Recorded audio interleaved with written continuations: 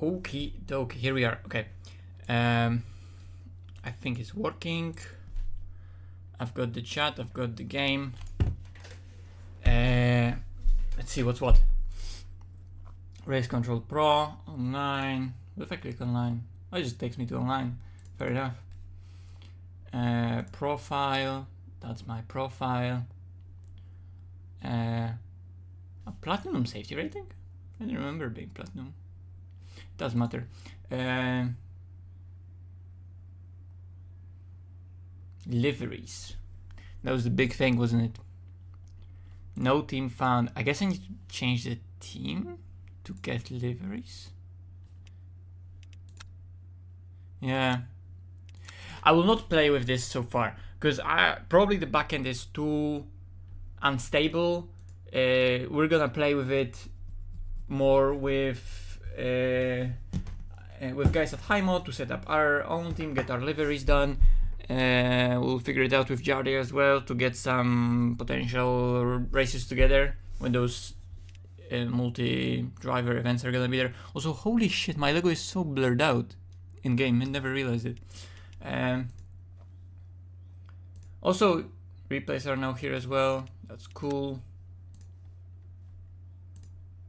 So it's like a big pop-up menu that I can basically get to anything straight away from the menu, no matter where I am. So I don't have to go. Okay, so fair enough. That's cool. That's cool. Because I still don't like the layout, but it's better. It's for sure better. Okay. What do we have at offer? What can we drive? I'm not in VR yet, so I just launched the game on a single screen so far to see if nothing is like corrupted or anything. Are online championships still ongoing? Yeah, there are still online championships still that are ongoing.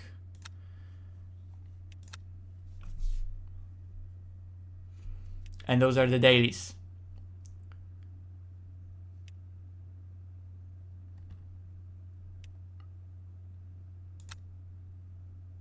Okay, I see. So it's different in a sense that they're all like on one page. Fair enough. To maybe encourage people to get safety rating and be like, it's not only those two bronze races that you see. Okay, I understand that change. So those are the two big ones. Do I have the time to already sign up for that one? Bischoff signed up. I mean, everyone is already signed up. Big lobby, big lobby. See, I don't want to. I just want to get out on the track and test myself. Just first impressions, and then we'll get into the online racing.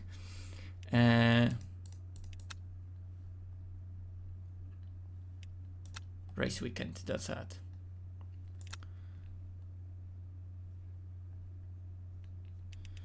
And obviously we have Qatar. And the short circuit is like that. Okay.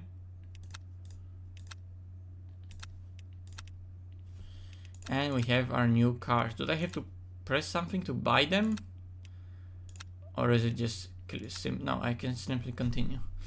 So my season pass already worked.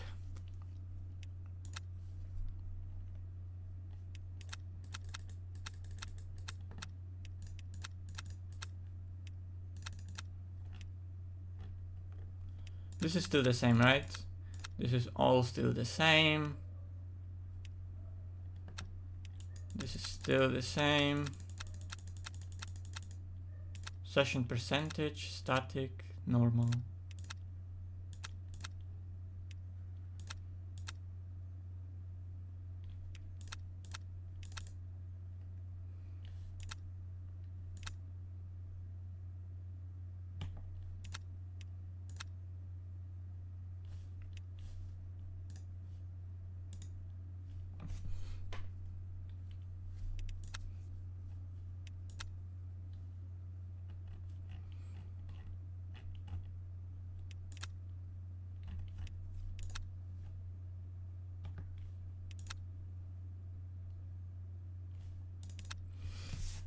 Let me just see how it looks, and then I'm gonna right after jump into the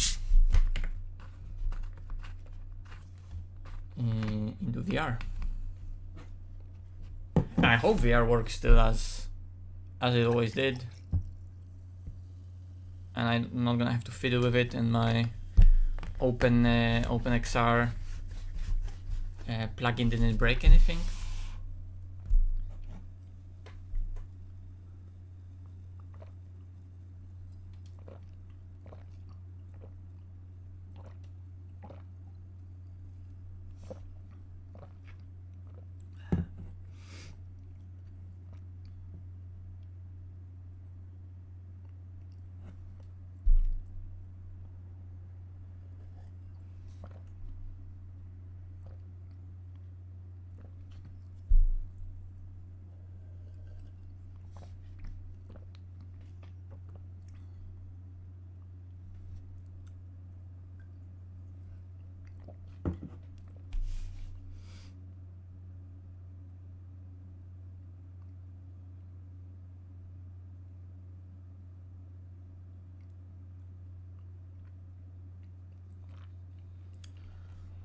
Longest waiting time, but we're finally here.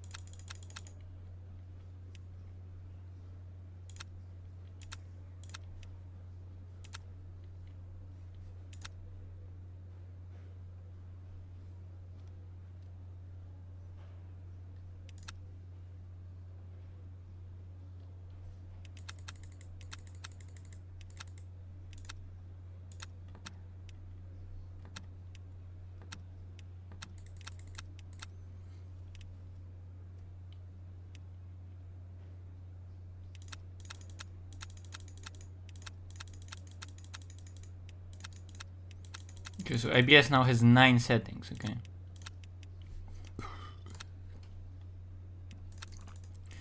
Six spring settings, packers to 6 centimeters. Here packers are 5 centimeters, minimum ride height is 5. Dampers are... Wait, what? So 0 is hard, 39 is soft. Okay, that's interesting.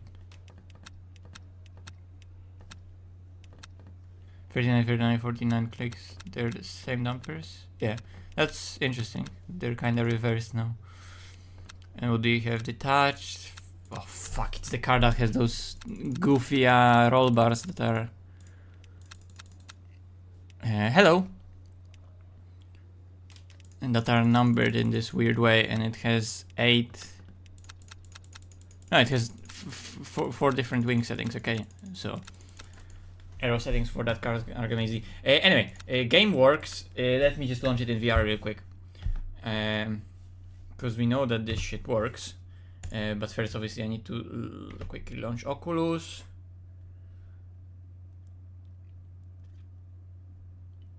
And let's see if it's gonna be potentially lagging ever so slightly.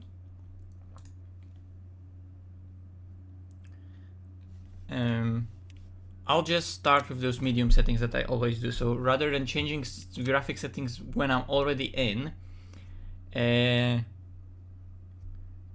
game after the relaunch into VR, I'm gonna change it now. So what I always used was medium preset, high texture filtering. So there's none. So they are nice and sharp in the distance. I guess I could do a good bump in the textures because I have VRAM for it, but I'm gonna do it.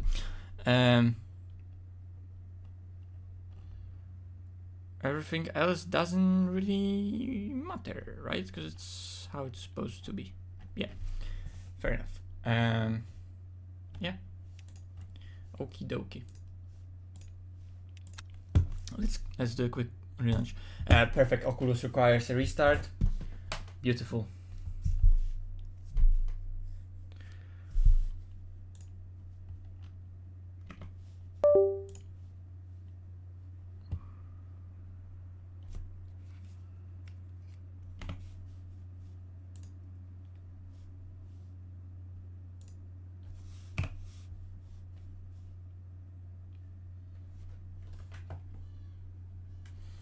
Okay, you should be able to see this, right? Yep, you see this.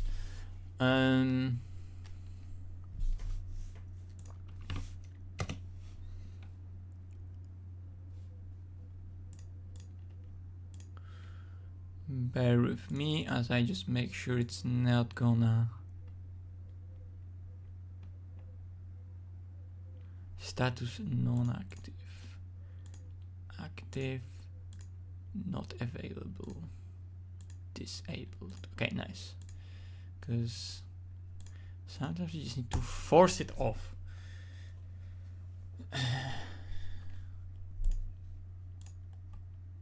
Nice.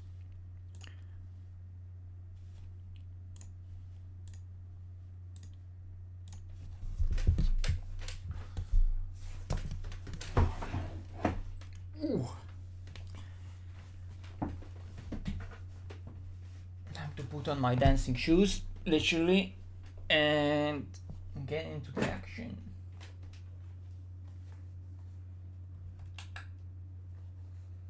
Okay, it launched without no problems with OpenXR, so that's good.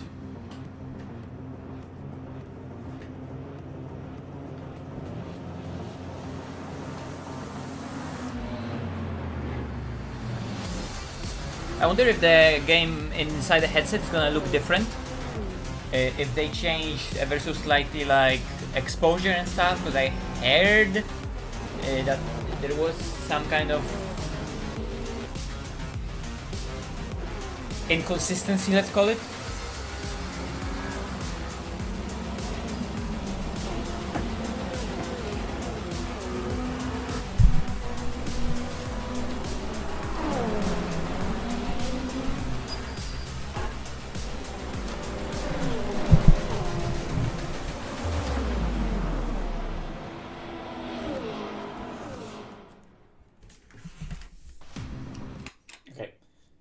Seen the intro enough.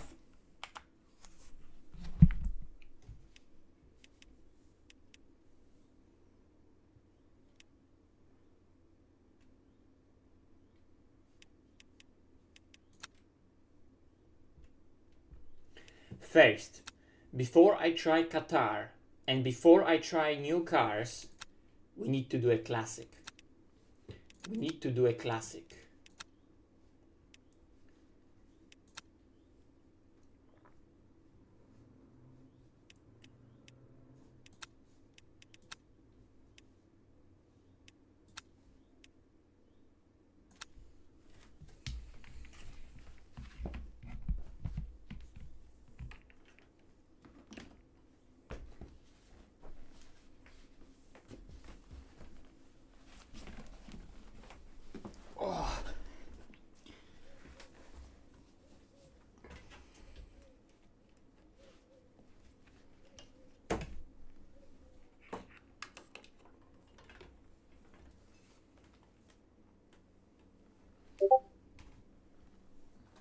Oh yeah, I need to get my chat in the headset off. Okay.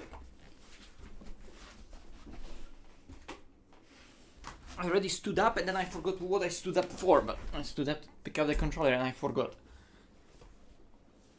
Okay. Let's get into it. Ciemność, widzę ciemność. Ciemność widzę. There we go.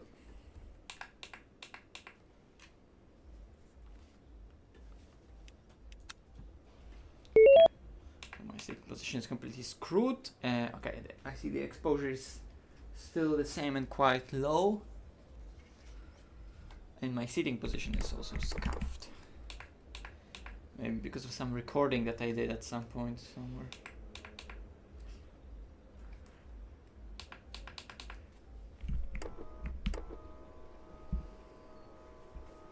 Nevertheless, I have to move.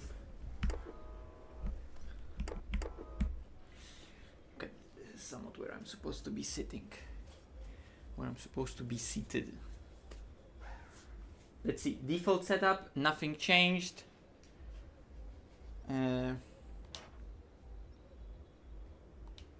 All the settings how they used to be.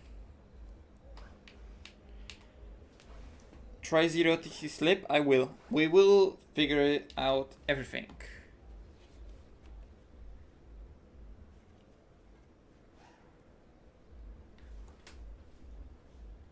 Yeah, settings for sure will change. I mean, we're driving a different tire that has been tweaked, and the electronics themselves also has been tweaked. So it's natural that's gonna require different everything.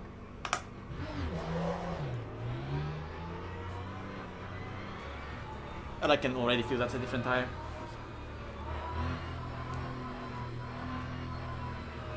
But it has a very similar vibe about it when you go past the slip, that I can feel very little happening with an actual sidewall of a tire.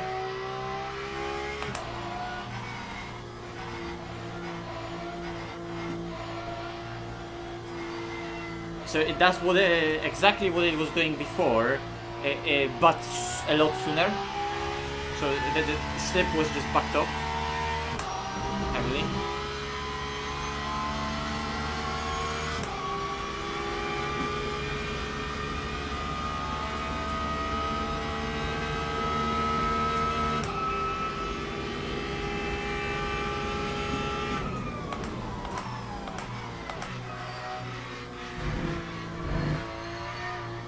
Okay, nice.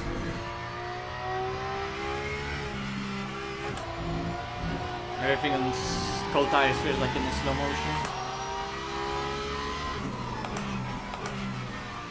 Yeah, high frequency ABS, you can feel it. This is just default setup, guys. Not even changing to C. Which is probably helping me a lot right now. Like on X, I just go hard on the throttle. This is for sure intervening quite harder. I just want to feel it out and warm up the tires before I go with lower settings. Obviously, default setup is going to be under to drift quite a lot of fuel, but the car is just so stable, because I remember Porsche being quite aggressive car in situations like that. I would throw it in and it would go into that angle. Also right there I could straight away feel that as I threw it into the yaw, it straight away over-rotated and I had to catch it. And previously I would also have to catch it. It would follow a similar trajectory, but it would still grip up and deliver me performance, and I could already sense that that was just slow.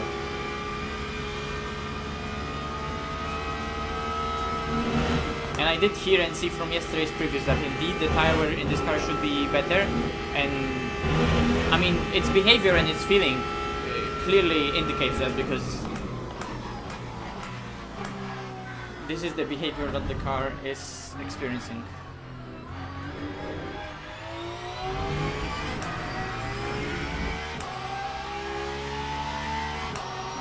So we are on ABS 6. Okay.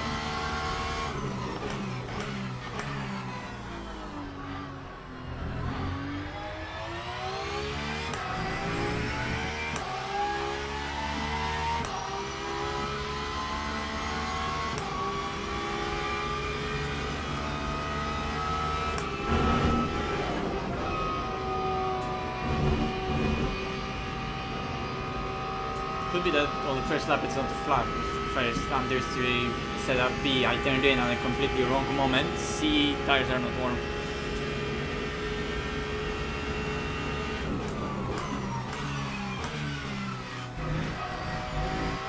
It's still very much LMU.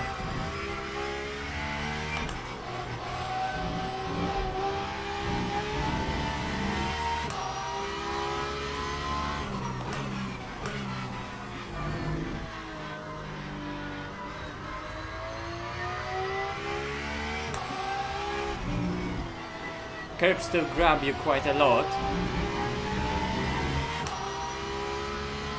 VR performance the same? I don't know, I just launched it and it is alright. If this room is smooth for you, that's okay. We'll see the performance really when I go on the track with other people. But I didn't struggle with the performance, so I don't know if it's better. Because, like, if I'm already not struggling and the VR frame rate is fixed, like, any performance improvement is not gonna benefit me other than give me potential to get better fidelity settings that I wasn't using previously, but so for now I'm just using the same one as I always was using, so I don't see any difference. No, I just went out on the track on the default. I just went out on the default. This is literally the first impressions ever of the update. Still warming up the tires, so I haven't driven this game also in a bit right now. Still has those low speed snaps.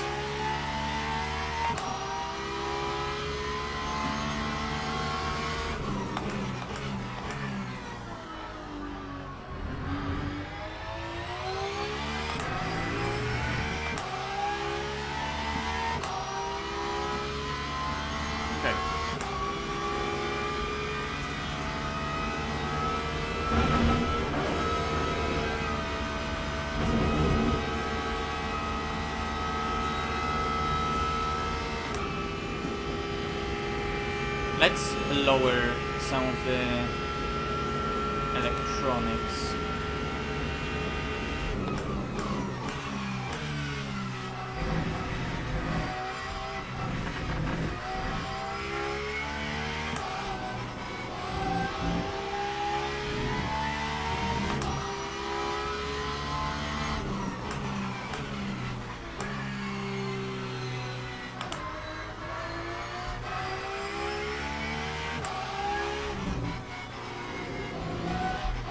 Still very much the same game.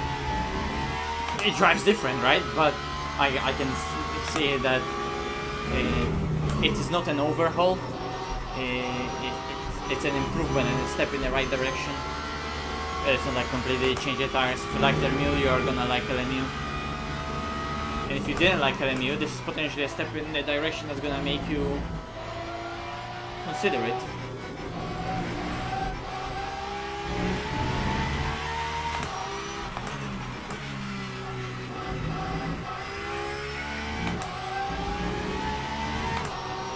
Going back to that video that I did not that long ago about ACC, right now this is all about me getting confident with the car, slowly doing laps and doing some stupid stuff with the cars, doing some not so stupid stuff with the car, and just figure out what it likes,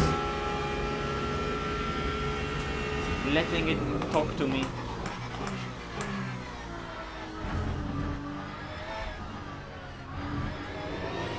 But low speed like that, I have to be super careful with the throttle because it loves to overstep. Okay, will do.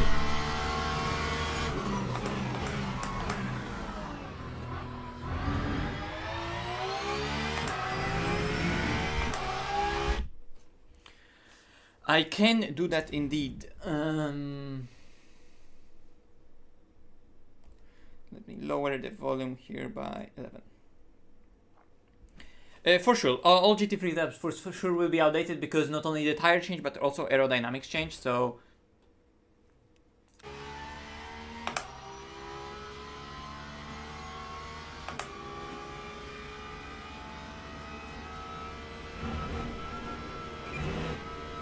yeah, I will cut the top.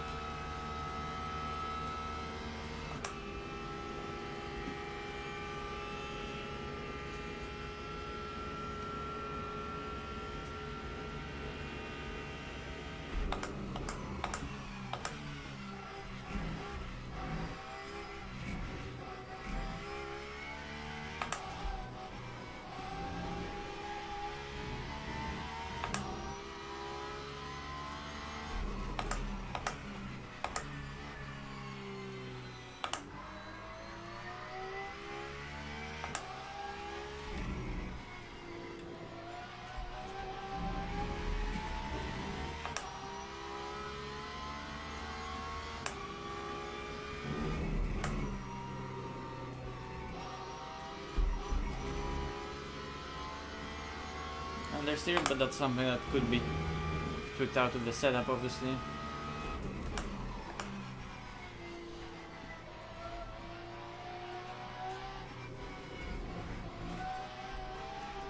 Yeah, you can nicely feel mid-corner how the car gets into a slip angle like that, ever so slightly, right?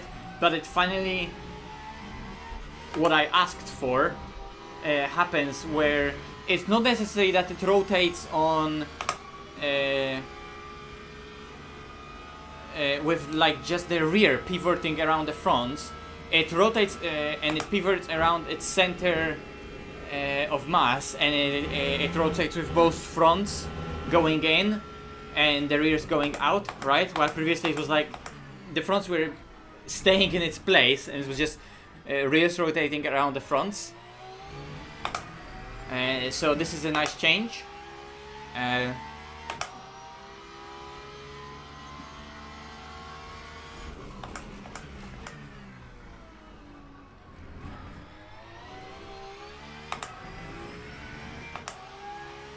Low speed is gonna be interesting to learn, because you really have to be super progressive with the throttle. The tire likes to snap at low speed. You have to make it work to really dig in into the ground. Yeah, that's gonna be a cut. Oh, that's a green one. Okay. Let's try to push it ever so slightly more into the corners. Bring more speed in.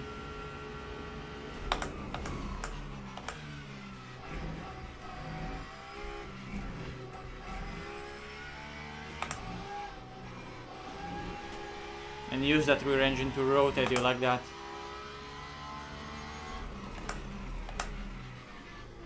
Right, but if you do it too much, it would want to step out, and I already had to correct that on the entry. This is really, really nice in that sense, because previously it would be like, yeah, whatever, it's rotating, let's just use that rotation, right? Right now you have to use it, but in a controlled way. You can't abuse it. Right here as well, I can nicely lift and wait for the car to naturally rotate with all 4 tires. This is nice. I really like the improvement. This is not an overhaul. The tire is still quite dead in the middle in terms of the sidewall.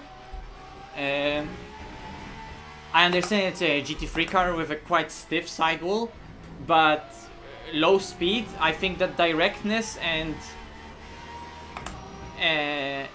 lack of weight, this is just an opinion and initial impressions.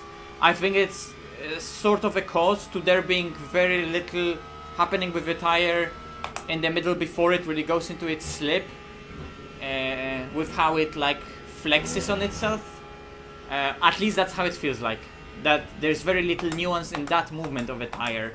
But then the movement of the tire when it's already in the slip, it's not that it's nuanced, but it's so much better balanced front to rear in this patch.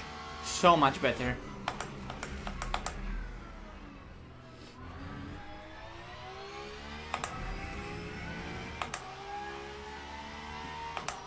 And the tire now, where it's probably a lot warmer, yeah, 70 degrees, finally starts working properly.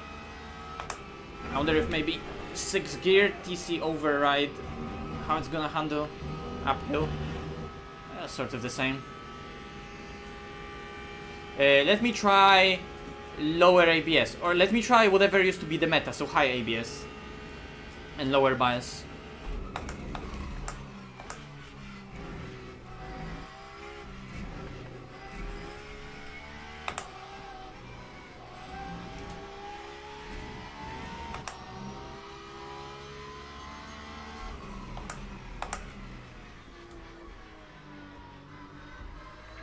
The idea sort of still works. The idea, right? That you just fire the car into the corner and the ABS just stabilizes it throughout the braking zone. It's like you used to use ABS for stability's sake, really. Because it allows you to just brake deep into the corner, and rather than only preventing the lockup, it also just makes the whole car stable. Funnily enough, there's a new audio for when you go off the track.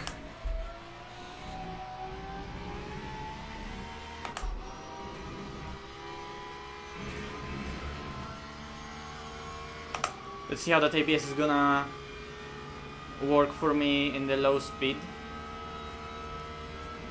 Or in a What? Why did my game pause? It just randomly paused out of nowhere. That's weird.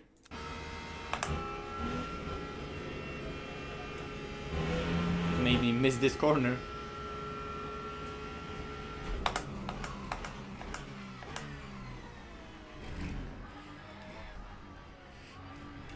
And here, low speed, I have to be super cautious with the throttle and feed it in.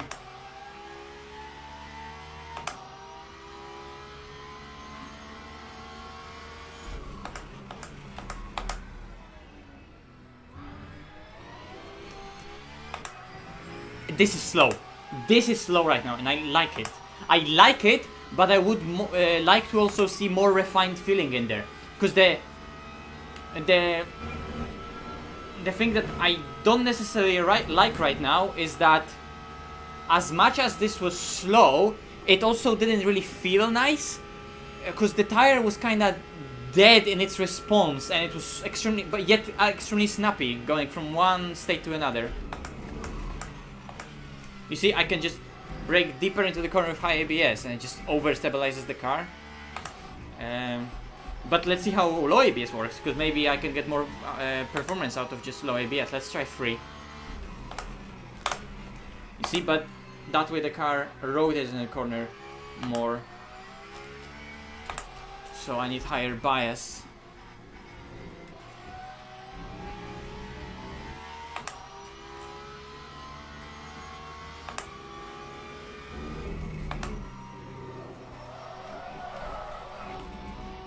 Yeah, kind of old LMU memory kicked in, and I wanted to just let it rotate, but I can't do that. FFB still is quite raw.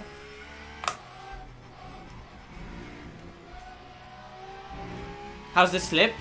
The slip is a lot nicer. I really like the slip. I don't like other stuff about the tire. I really like the slip though.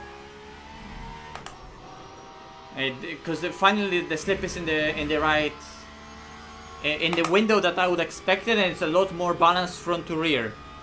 You can't really abuse it, and you have to drive carefully on the tire to extract performance out of it. But because little grab that I have of it is maybe that it's not enough load sensitive, but maybe because it is not enough load sensitive, or maybe because you don't have to, you know, drive it like iRacing in a sense, where the iRacing tire is quite load sensitive indeed. That's why, like with the trail braking, ever so slightly bit of trail braking and the car just gains so much grip because you just load up the front, right? And this it's not the case. You have to work a lot more with the slip itself to continue car rotating. It's like you have to keep the tire slipping for it to keep on slipping, if it makes sense, right? As while in the more load sensitive tire, you would just keep the load up on it and it will keep on delivering the grip, while here you have to keep the slip up and it will keep delivering the grip. But with the rear tires, that's difficult to do because it's not that easy to keep the rear slip constant.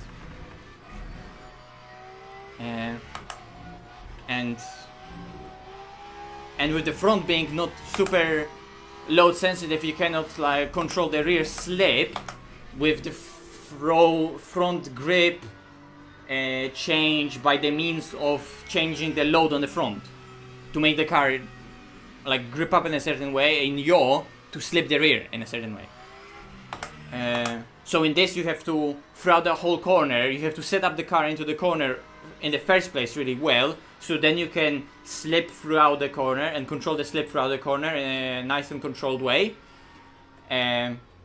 which is not bad because you have to nicely work that slip throughout. But because of that, at low speed, the car just kind of feels dead. Like it's not that it's not responsive, because it responds straight away, right? But it's like there's very little build up that I feel in the in the wheel. It's like very linear all the way to the point where it just breaks, and there's very the tire is so unalive throughout this journey towards the slip, right? So the closer you get to the slip, the car starts moving around, and you get feedback based on the car moving around, because the slip front to rear and the balance of the slip front to rear is in a certain way. But the very initial bit, low speed especially, where it's just purely mechanical grip, and where it's also at low speed, it's very easy to distinguish something happening specifically with the front axle or something happening specifically with the rear axle. And there it's purely about what mechanically happens with front or the rear. And because of that, the low speed still feels dead, right? And I like that. And I think they try to fix it by giving us a bit more weight in the steering straight from the beginning. And it gives you ever so slight more sense to what's happening at low speed. For example, here in the bus stop, for fuck's sake, I literally pointed with my finger as if you would see my hands. That right here in the transition, there is more weight in the steering wheel, but I still don't necessarily feel the car really biting, because the steering is still dead in terms of there being very little happening with the actual tire. It's not a force feedback problem at low speed, it's a tire problem at low speed, and I think it's connected to how the tire behaves with the load and how it works physically with its sidewall towards the slip. That's what I love in AC Evo, and not many sims do it right. Many, and most of the sims, to be honest, get it horribly wrong. And this is not necessarily like completely wrong, but it's just that it's dead. There's nothing there, but something should be there. Let me straight away, let's go to the Lambo. Straight away, let's test new cars.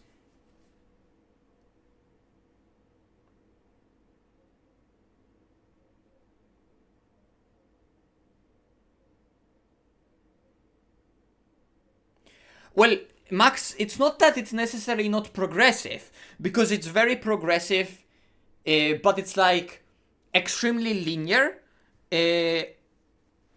And like you say, it's like until the car actually gets into a slip of front or rear, like a genuine slip that will make the car do like a substantial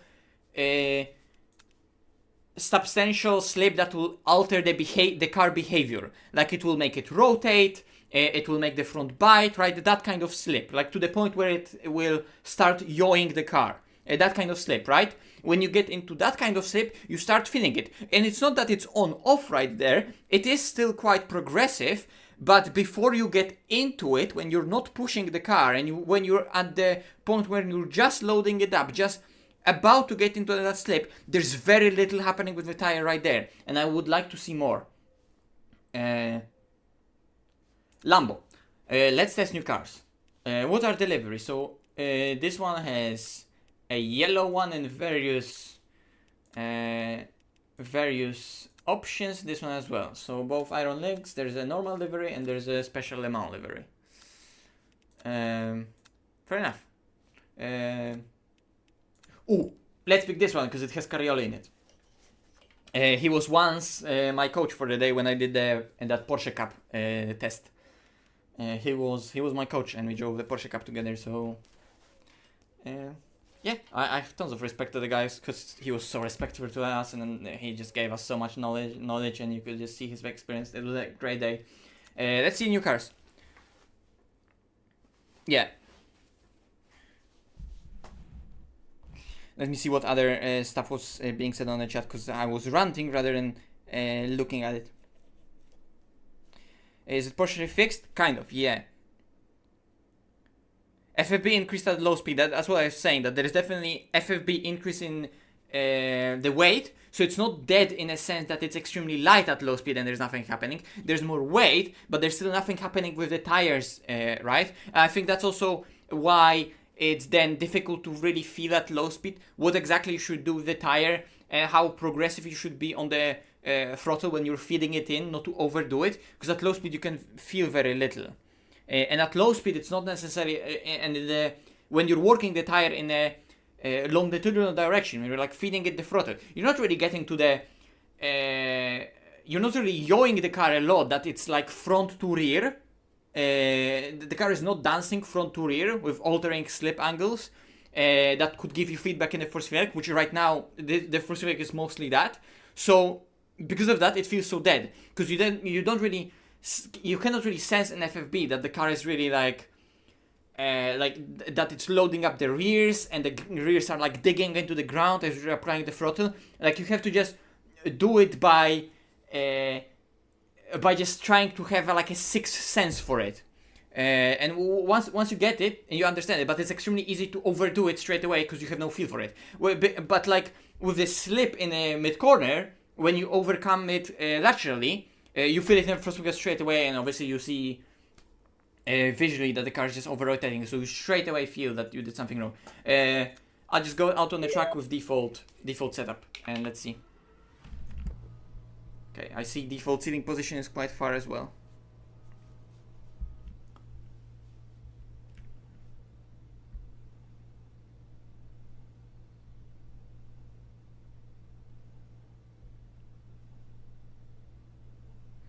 DC slip higher, less intrusion. I see that logic could make sense, that you technically let the tire have more slip, right? That's what was advertised in the name. I don't know, we'll figure it out.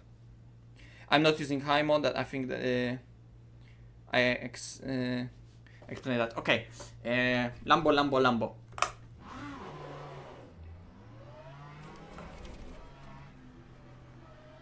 Right? So like when that slide out of the pit already happened, like, oh, okay, slide is happening, I need to let off the wheel and correct it, right? But the build up towards it, nothing. There's big nothingness. Like right here, so little in the first feedback. Like it like maybe linearly a little bit. There's ever so slight of a build up. I understand the tires are cold, but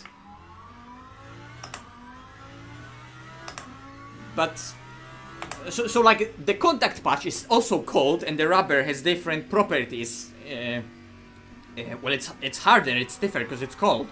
So like on the micro level, the tire is not digging into the ground, right? So on the contact patch level, sure, that contact patch is just skipping over the surface, so there's nothing, right? So that's understandable. When I got into the slip, there's just no grip, and the car feels dead. That's understandable. That when I just get into it, right, the front just slides. Cold tire, understandable. And then when it's warm, you can feel that the car is a bit more alive and more responsive. It moves around a bit more on the contact patch because it's warm, and that contact patch is just more alive. It's more working more. It's digging into the ground, attempting to dig into the ground. Oh, TC interruption, holy shit. But before I even get into the actual proper big slip, I want to feel just the tire just flexing ever so slightly, like just the rest of the tire.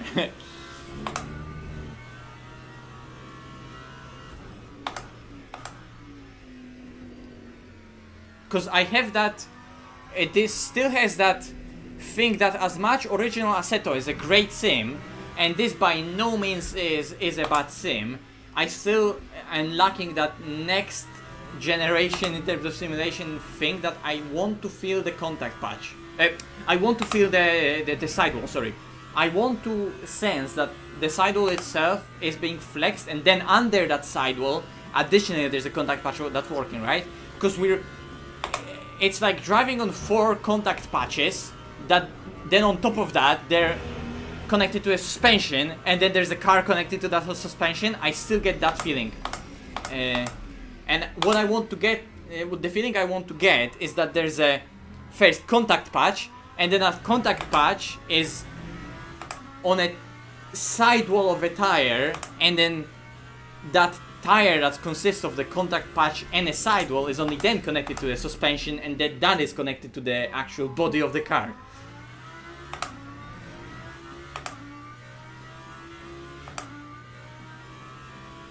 But then it gets super complicated, don't get me wrong, like... It's a difficult thing to simulate and get it right. And I think the best attempt so far from that feeling, because I'm talking just feeling alone, is AC Evo, but they got, like, their attempt to simulate that, made them with the initial tire release that we have in the beta, made the rest kind of wonky. Let's see what their next tire is gonna be like.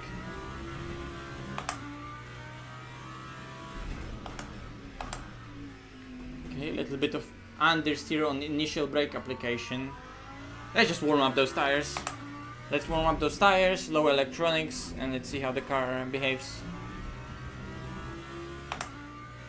What do I drive IRL? Whatever is at disposal. I don't own my car, but I've driven quite a lot of different stuff. So I've driven the cars in terms of performance driving that I did was I drove an Ariel Atom once, I drove KTM X Crossbow once, I drove a Porsche Cup car on the track. I've driven tons of modern BMWs as rentals. When we were in Belgium, they have great roads there, so you know, you always let yourself loose a little to play around with those cars and see how they behave. They're always on winter tires, so they're very easy to control because those winter tires are just very soft. That's very nice.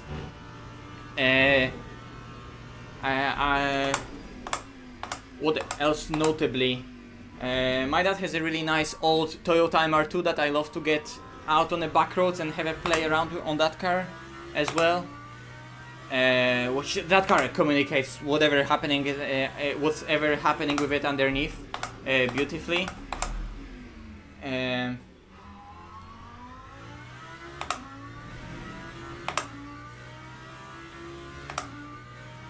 tons of my like IRL experience with how the tire actually behaves comes from that car. It's so communicative, and it's so because it's also so simple, and you can just straight away feel underneath how the tire. Obviously, in a car like that, all the movements that I'm talking about are exaggerated because it's a soft road car on a tire that's soft in itself, and a tire that moves a lot, its own, and fluxes a lot with its sidewall. It's a road tire, right? But the principle of the tire working in a certain way remains. Well, I've driven on Nürburgring Nordschleife. I've driven in a Clio RS. I've driven in a Cupra, in a Leon Cupra on Nordschleife, in mixed weather. So that was nice. Got some experience with wet lines and stuff last year. Driven a new MX-5, that was really nice experience. I really love that car, it was on a really good tire.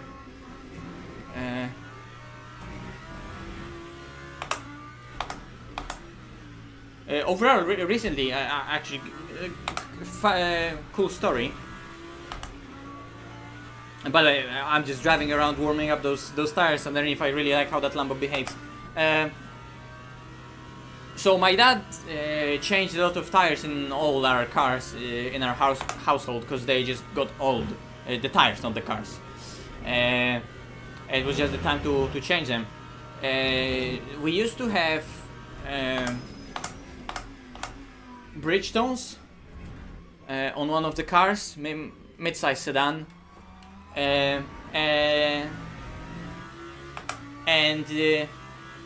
Those Bridgestones that we had on that car, they reminded me a lot about the Bridgestones Potenzas that was on that MX-5 Miata that I drove. And I drove that Miata quite aggressively, and I explored its limits as well. So It's funny how like the behavior of a tire manufacturer nicely was like portrayed in completely different tires that they made, because one was Potenza, one was Turanza, so one was just like a daily tire for any daily driver, one was a more performance orientated tire that was for a Miata. That Miata was on Bridgestone Potenzas because it was brand new Miata. They put that car from the factory on that tire, and those Bridgestone tires, in my from what I wanted out of a tire as a driver, I really liked that tire. It was because it was there was very defined zone before the tire got into like its own slip, and it was like that zone in itself was quite progressive, where you can drive within that zone. But then when you push it, the car nicely like eagerly goes into its slip angle, and then it like clicks into its slip angle, right? You can kind of feel it right here, that I get the car into the slide right now, right? And it just, obviously I completely missed the corner, but it kind of clicks into its slip angle, and the tire has like that slip angle stability that I just go into the angle, the car yaws and rotates around its center point, and then all four tires grip up and you stay within that slip.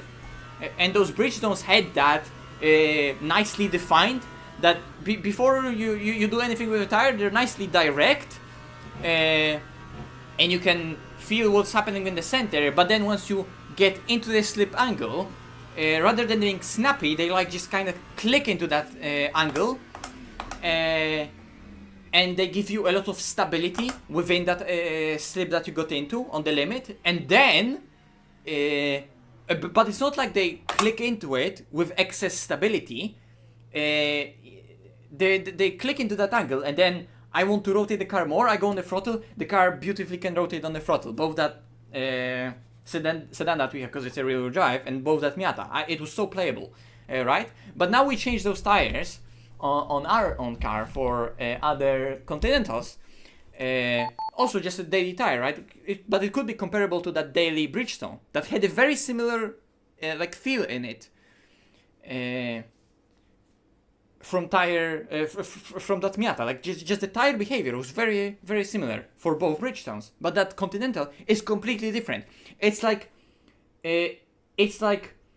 numb and progressive all the way from the beginning to when it loses grip completely. It's just like full numb progressive line. It just grips up, and then just lets off. And it's just so numb and so not nice to drive. But I'm just talking about the road tire on a road car that's not made for driving fast, right? But for example, I like those Bridgestones because even in a daily tire, they had somehow that feel from a sports-oriented tire, where when you're pushing it, you could play with it.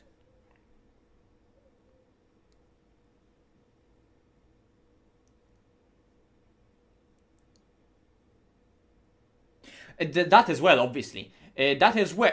True, yet those Bridgestones that we had on our car, those were extremely old and worn out Bridgestones, right?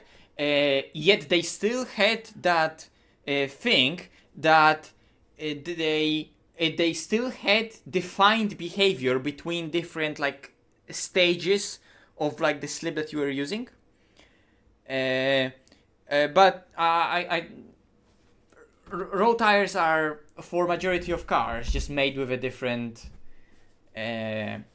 purpose. They have to be compromised so much for durability, different weather, comfort, noise. Like some people wouldn't like those Bridgestones for their feel, because they just want the car to, they want to be like isolated from an experience of driving a car. They just use it as a transportation, right? Let me try, in the meantime, try the Lexus. Well, for me, I really liked how direct those Bridgestones were, and how you could feel the tire. How the fuck do I go back to the main menu? I guess I have to not end session, but just exit. Oh, fair enough. I really liked how defined various stages of the tire were. That it was like nice and direct in the beginning, and then as you get into the slip, then the rear starts responding and it yaws the car into the slip, and then the tire and the car like clicks into the slip and stays there, while at the same time giving you playability within that zone. That if you want to go past that, just do something with the car, and then it will click out of that stable zone. Not snap, but just like clicked out of it. I don't know how to fucking describe it. It was like magic. I love those Bridgestones on both the Miata I drove and both our car. And I only realized it when we changed the tire on our car for a completely different one, for a Continental. Which, you know, I'm just using it road tires as an example. It was really funny how you could then draw. Then I could see like, holy shit, this car on a different tire drives so differently. And suddenly, while comparing those two, I realized how close that Bridgestone, that old Bridgestone that we had on our car, was similar in the behavior. And it reminded me of how exactly that Miata felt when I drove it, because it felt exactly like that. It was very direct, but then eager to get into its slip angle. When you wanted to, with that nice stability after you already got into the slip. And right now, in this, there is eagerness to get into the slip angle, but in that zone before it gets into the slip angle, the tire is too dead and it's not communicative enough. Okay, let's try a Toyota. Yes, I know it's a Lexus, but it's a Toyota.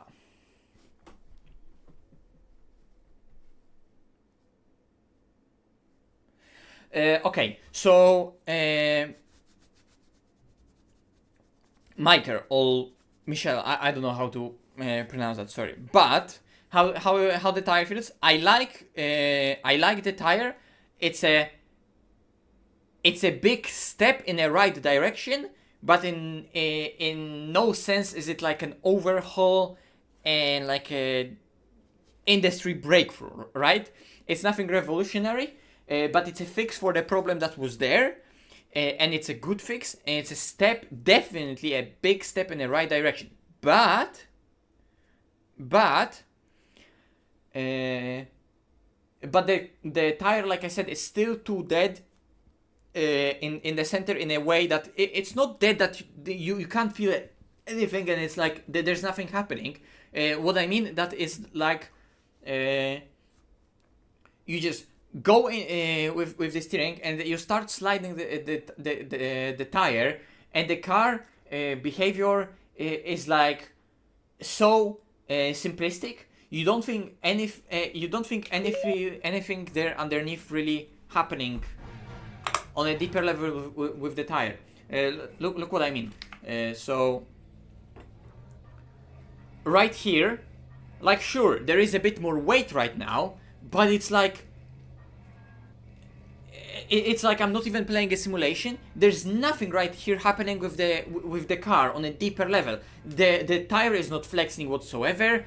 It's not like the car is moving side to side to side on the sidewall, right? I know the tire is cold. I know the tire is stiff because it's a race car GT3 tire that's in a low speed. It's not really gonna do anything. But I should get a sense that something is there, right? I'm not expecting a road car kind of behavior that I'm explaining right here, because the road tire is gonna have those movements like turned up to 11 and even more, right? Because it's a soft tire, and a road car is gonna be mechanically based car that mainly moves around on a tire because it flexes so much, right? So I'm not expecting that, but my point is there's nothing, right? None of that. And when you start driving faster and faster and faster, you also fear a lack of it also at high speed as you're getting into the slip. And only when I start getting into the slip and the car yaws, now something's happening with the first feeder, because now the tire starts slipping, and the difference between front slip and back slip, rear slip, makes the balance of the car. It makes the car do something, because the slip of the front is different to the slip of the rear, and that difference between front and rear slip right now is beautifully balanced on this car, and it is really nicely done from initial experience. And when you overdo it and overstep it, it will just snap, as it should. That was on top of that on a cold tire. But it's like, it's just that. The experience of the tire is limited so far to that. And the problem with the previous tire, which I completely didn't like, was that it was the same experience in a sense, right? The experience of the tire was the same, that you were mainly experiencing basically the slip angle of the tire, and how that slip angle affects the tire, the car behavior. And right now, it's the same. It's just that right now, at least it's more correct and way more balanced front to rear, what that slip you as a driver would expect to be, and what front to rear it should actually do with the car, and what should be fast, right? So it's a great step forward in this area, but I want to see tire become more alive, and they're happening more with the tire in other areas.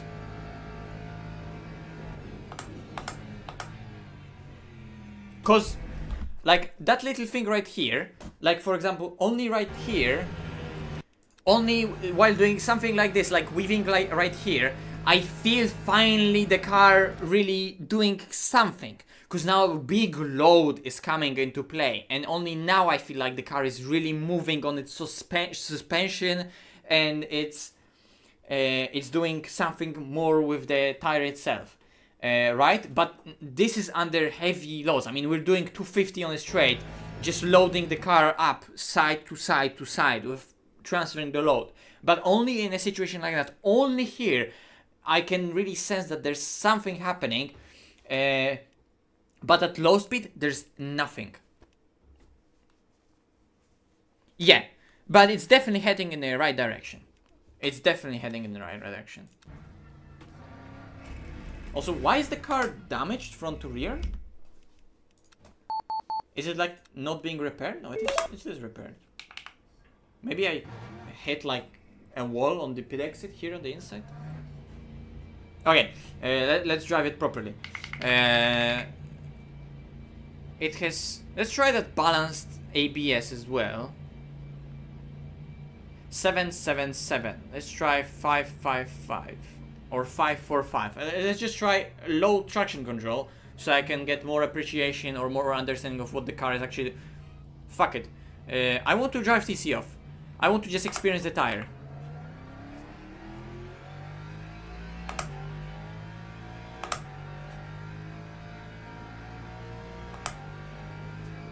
I know car like that shouldn't really be driven with traction control off, but I mean, it's a car, it's a race car, like, it's not necessarily made to be used with the traction control specifically. It's not like turning it off will completely destroy its behavior. It's still a race car, it's still a car. It still behaves to throttle input like any other car and any other tire.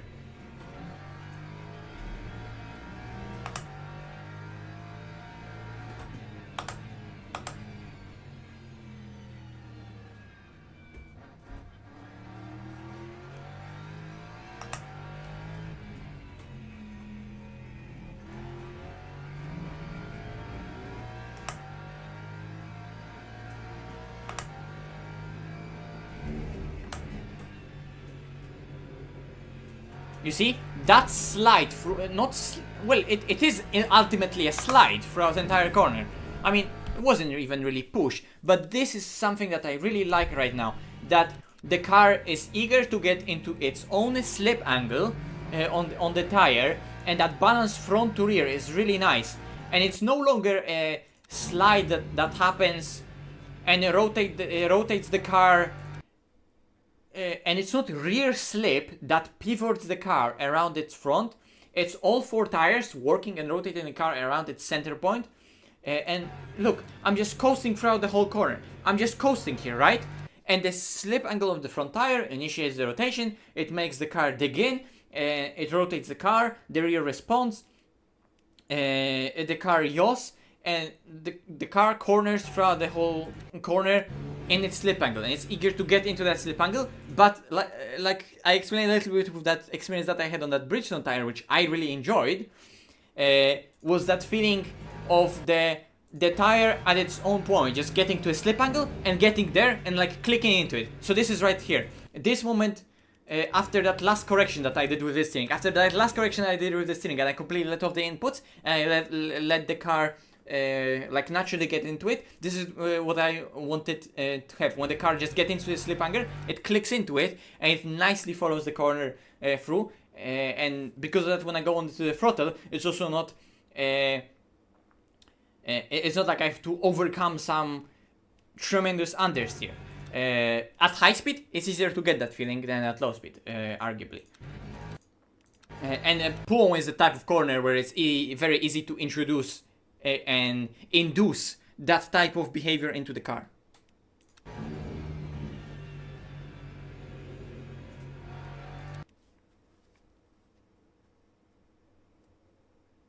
Yeah, but remember that all setups right now are outdated though. So remember that all our HIMO setups are gonna be throughout upcoming days being updated and updated and updated. So keep an eye out on our Discord and keep an eye out on whatever the update log is. Because from this day on, everything is different. I'll go on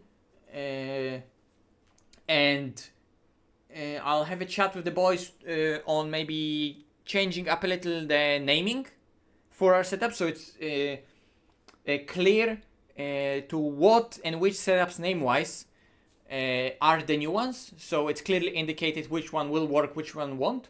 But be aware that currently, as far as I'm aware, nothing has been released from us yet, because we just got the update ourselves. We need to figure it out. We need at least a day to figure out how you drive it, and then we can start playing with the setups and give you the first renditions of our work that then you can use, right? So bear in mind that everything that you want to use right now is just simply outdated.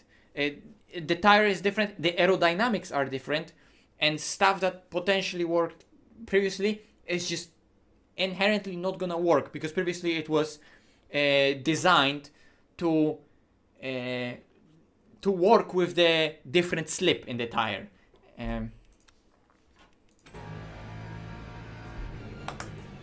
Going out of the replay, the car is damaged.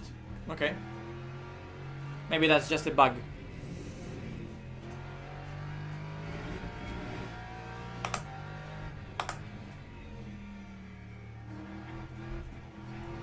But if I don't induce enough of that rotation, the car plows and gets stuck into an understeer. Naturally so. So you have to be really active and work with the slip, which was always the case, but it's still very much the case. I mean, that's just what driving a race car is. You're just working the tire.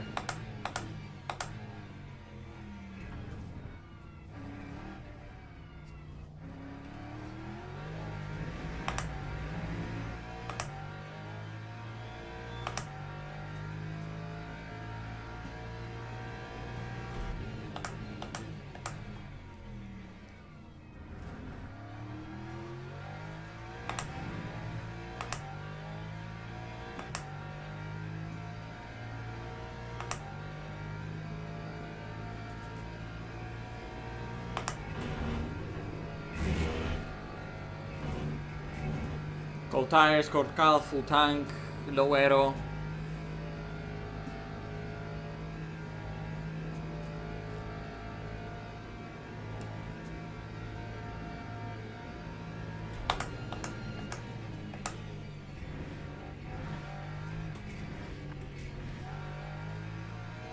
So way sooner. So, and you can straight away feel the consequences of that. So it's a lot more intimidating for a driver. Yet, that doesn't mean that you can't use the slip angle itself, because you have to use the slip angle. You have to go in there, you have to rotate the car. It goes back to that video that I did using ACC, but it applies to sim racing altogether. It applies to driving your car. Globally, you have to be confident with your slip angle to just get it to right its limit, because you have to extract optimum performance out of the tire, and you don't by no means we have to underdrive right now. By no means of imagination you have to underdrive right now.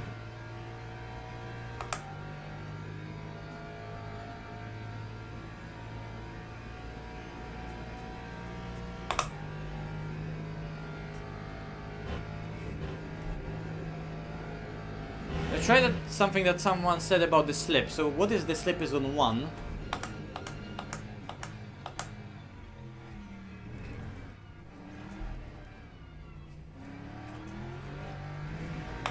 Okay, and the TC kicks in like that.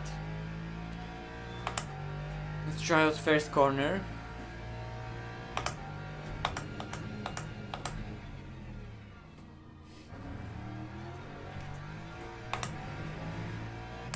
Okay. Let me try on the next lap how the traction control will kick in with a slip. Oh wait, fuck. The slip is on 2. Okay, never mind. Those options are reversed. The cut was on 1. Okay, so the slip was on 2.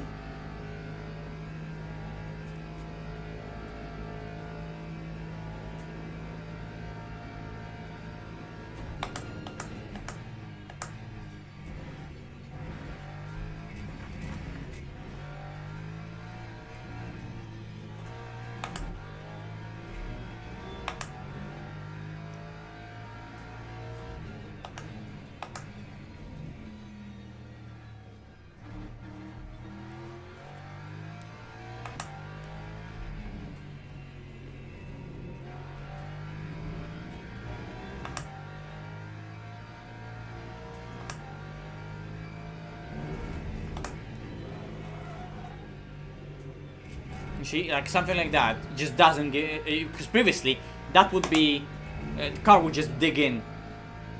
It doesn't right now.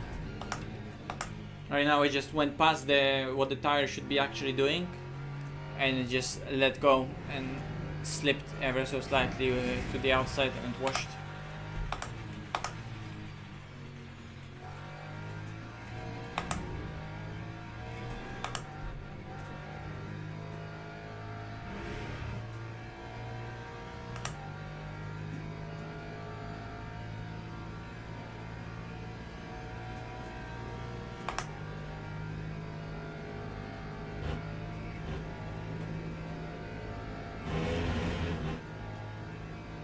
Okay, let's try that high slip.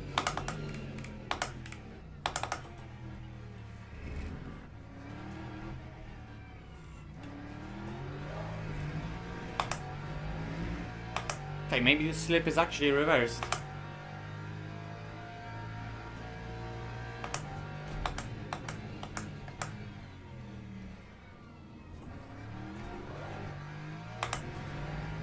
Maybe? I don't know.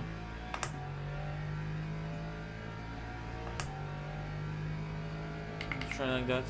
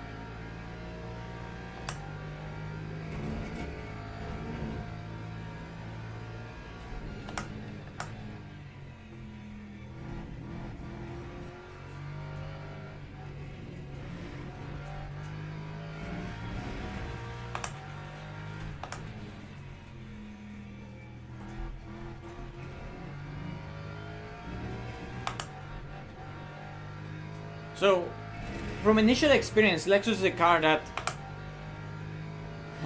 like, yo-yos between different behaviors. It likes when it oversteers, it oversteers a lot. When it snaps a lot. When it understeers, it also understeers a lot. And you need to figure out what exactly it needs.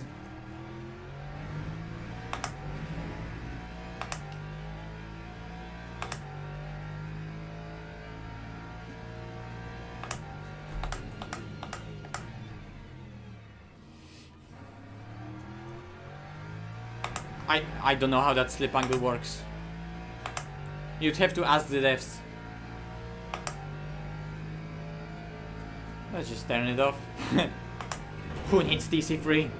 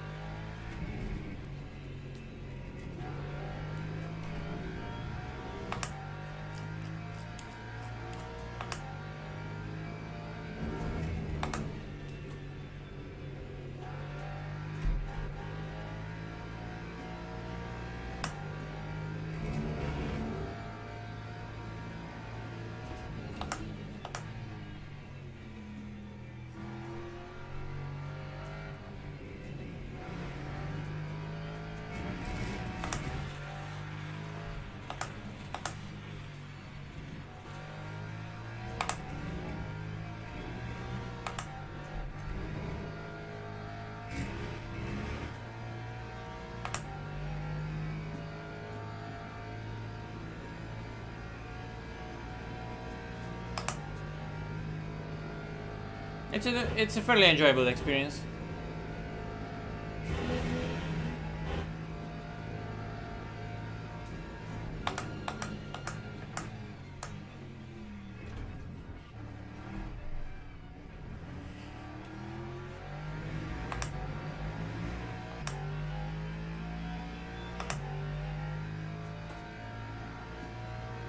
Let me think about that.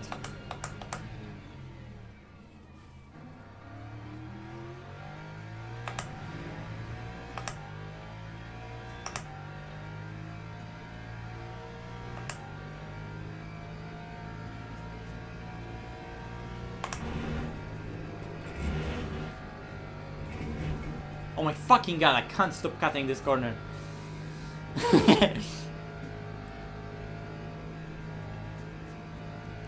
Let me it's a good question. Let me drive a bit more and I'll think about it. It's also that right now I'm driving a car that I'm definitely unfamiliar with. And with the way it behaves, and I'm unfamiliar with those type of cars.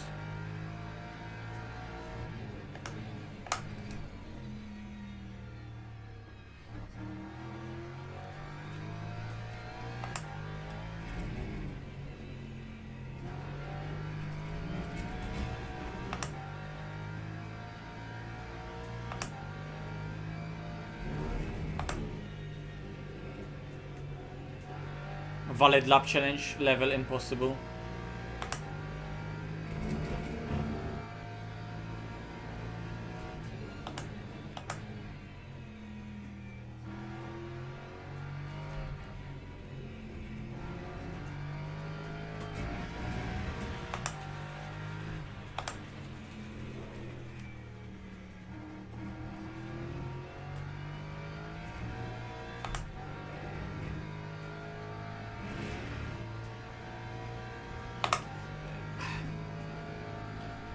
Like, it's a very suspicious thing from me and I don't think I'm qualified enough, and I don't know. It's more that I can't put my finger on it and understand it, but look, I definitely did something wrong right here. I overloaded the car and I threw it into the corner too much. I asked too much out of it. I'm not experienced enough with the sim so far and with those tires. I overdid it, right? I have that. Whenever I was watching stuff yesterday, it's like I saw so many people having those exact types of snaps where the car just lets go, but then when you try to catch it, you're always you always find yourselves in a tank slapper. Like very little slides when you're still in a slip angle. Like you can control them, right? But I see that any sort of bigger slides that you that you get, it's I have a very like a weird feeling, and I can't put my finger on it, that every single time, and it's almost too common that you get treated with a tank slapper. But I don't know if it's because we as drivers are not yet experienced enough with the sim to get the feeling how to properly catch those slides without them costing us as much, or is there something with how the tire in terms of its like responsiveness maybe behaves. Maybe it's somehow connected to how that tire behaves past the limit or before its limit, like right as it like grips up and goes to neutral, just before it like before you get that tank slapper to the other side. Maybe it's somehow connected to it. I don't know, right? But I just have that I had that feeling also watching some drivers earlier yesterday on those previews that they showed, that a lot of slides like that were always followed by like a big tank slapper, where when the car regains grip and does that in a violent way, it's not necessarily that it regains it fast, but it also does it violently. And I wonder if it could, with like better setups, better driving, for sure it's gonna get better over the time. I have a suspicion what effect it will have long term. Would it be a characteristic that like when trying to push to the limit more and more and more, as drivers we would find annoying or difficult to like get rid of? Something like notorious that, oh fuck's sake, I got the tank slapper and like completely ruined my lap and the flow. I don't know. This is like one little suspicious thing that I see so far. Apart from that low speed behavior, like I said, where the tire is like not communicative enough. Let's find out. Let's drive Qatar. Let's drive Qatar.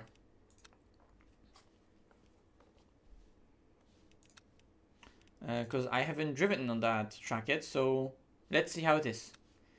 And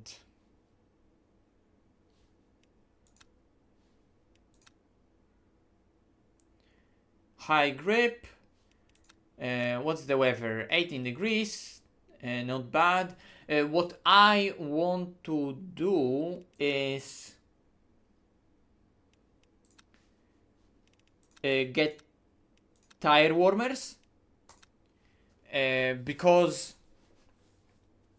I want to see how the car, how the tire behaves straight away, where I don't need to warm it up, and I just don't want to think about warming it up while driving on a new circuit.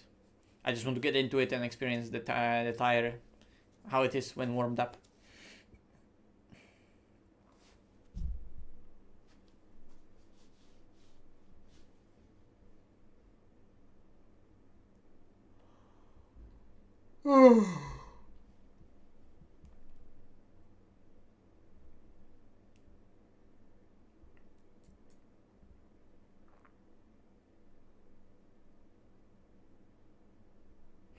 I'm really intrigued to see how further development. Don't get me wrong, this needs still development, right?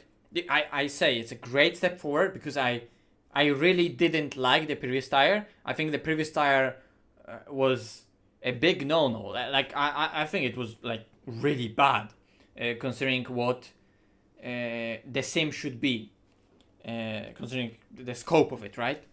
It was unacceptable to have the tire that bad. And this is a step in the right direction, but I want more. And I know the team can do more. Because with this tire model, they're showing that, okay, we know in which direction we want to go now. And this is a great step forward. Because previous updates and previous iterations had me worried. Because from me as an end user, I was like, do you guys really know what you're doing?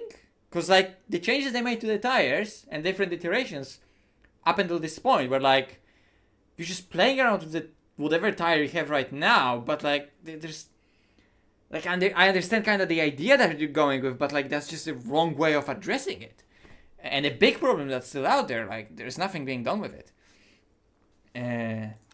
So do you actually know what the problem is? That was the kind of thing that I was getting from those updates. As an end user, and this is an indication for me as an end user that like, okay, now they know which direction they want to go. If they understood this, it gives me more confidence that maybe they can understand and develop it further to refine it even more, and refine the tire in other areas. Just go out on the track. How Qatar is. What's the tire warmer now? Tire warmer is still 70 something degrees. Okay, so tire warmers are the same. Right, and now warm tire in a pit. Like I said, it's warm, so it's working a bit better than this cold tire that would just slip. But like, it's still quite dead here. It's just like it's heavy, but dead heavy, right? Only now when at higher speed I start doing something with the car, it becomes alive, right? But it's not that because of that the cars only behave like badly low speed, because I think that the lack of the tire behavior just being there affects the tire all the way, because that little tire behavior gripe that I have at low speed manifests itself entire time at all speeds in the very initial response of the tire, before it really gets into its slip.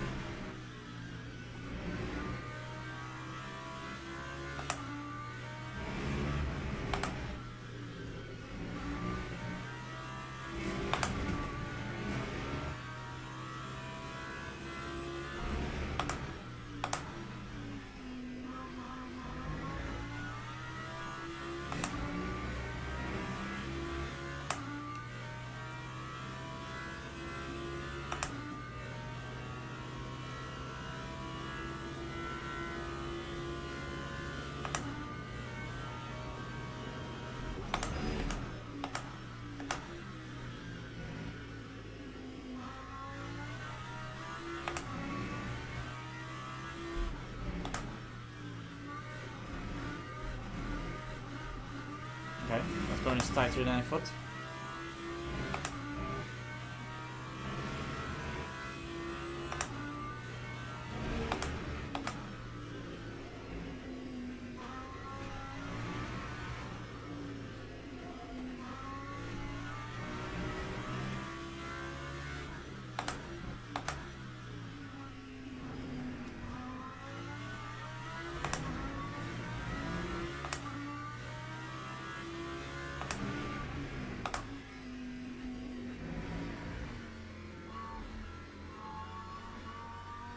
That corner is also tighter than I thought.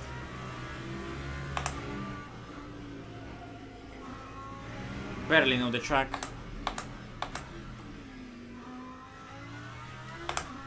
Clearly. Is the game fixed? Nothing's really ever really fixed, is it? Too early to say how everything works altogether. It's way too early. It's a step in the right direction. I don't even know how all the rest of the features really work. Too early to judge for anyone. There are improvements. Is the game fixed? What does that really mean? It's like it's a question that's so, it's sorry to say, but it's a stupid question, because it's like, by saying is it fixed, you're implying it's broken, which, like, I'm not disagreeing that some of the areas of the game are in need of improvement, but what do you mean by is game fixed? Because like it's so, it's just too general of a question. It's just,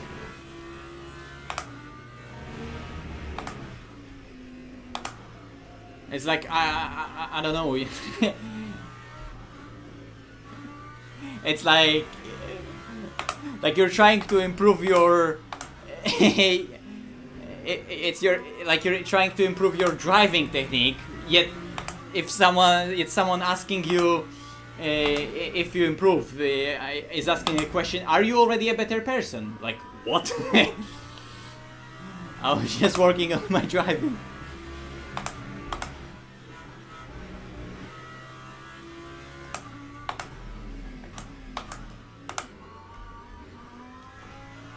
It's just a wrong question to ask.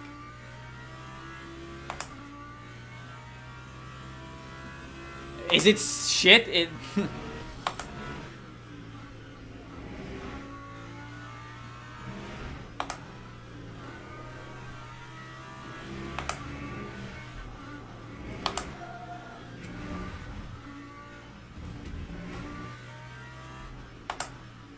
Oh, it did stink off, for fuck's sake!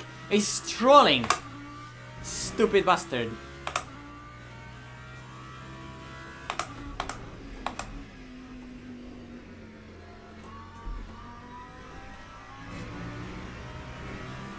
Okay.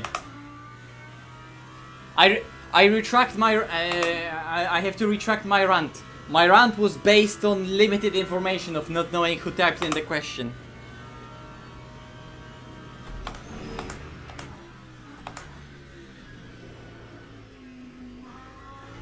My rant only applies if I don't really know the person who asked the question. Because that person asking the question, me knowing the person who asked the question, let me say it that way, it gives the context to the question, right? But my problem with the question was that it's too general and it doesn't matter. What am I ranting about? Yeah, because I'm just glancing at whatever is in the chat, Tinko. Shut the fuck up. Is that truck good to drive? I don't like Qatar, but it's a kind of track that you just need to learn the flow, and only when you learn the flow of it, it's gonna be enjoyable. Because the inherent characteristics of it, just to like get out on it and drive, are not fun. But that's because I don't know the layout, I don't know how the flow is, and it's a flow-based circuit.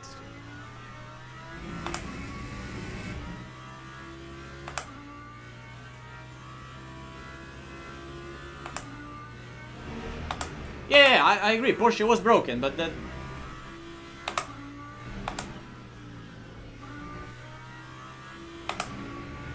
Oh my god! I'm not thinking about what I'm really doing when I'm driving, where I am on the track. So I did a decent first lap, and now I'm doing this.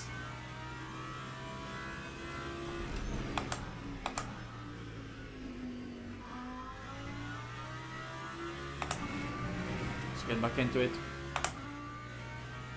Shut the fuck up, Tinker.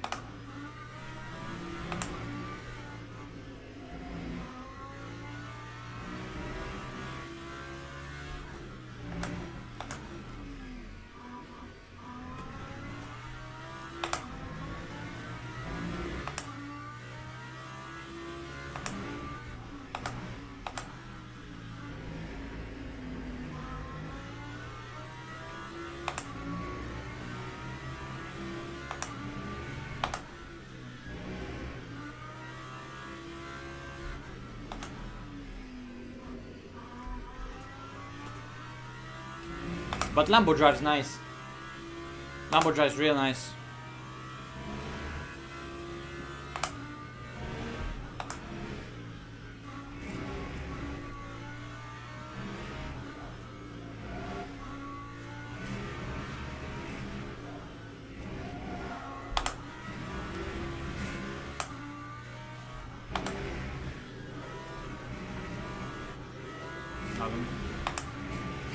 Green track limits, what the fuck?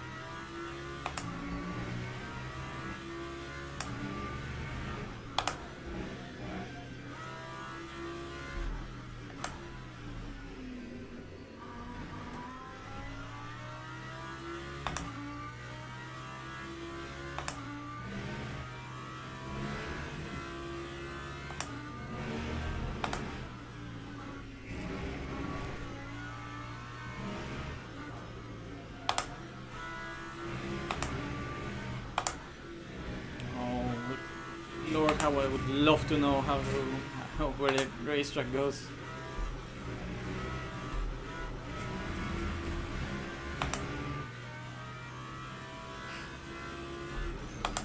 Oh shit.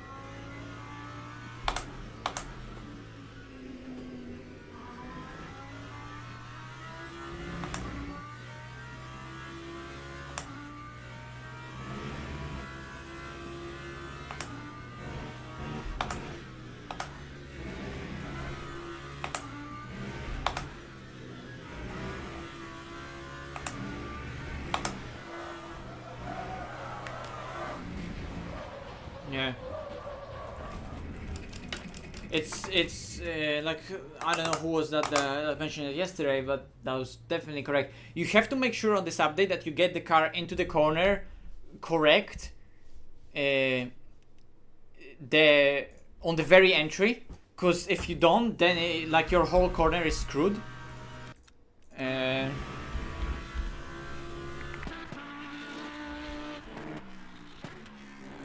I still don't know how to make this section whatsoever. It's a complete driver error for me, right? But if I do that, if I get the car into the slide, it's like it's gonna be so difficult to correct for me, and it's gonna just progress, and then the heat in the tire under sustained heat increase. The heat just rises up and the tire lets go even from that kind of slide. So if you get into the slide like that, if you overdo it, you have to completely abort, because it's gonna snap.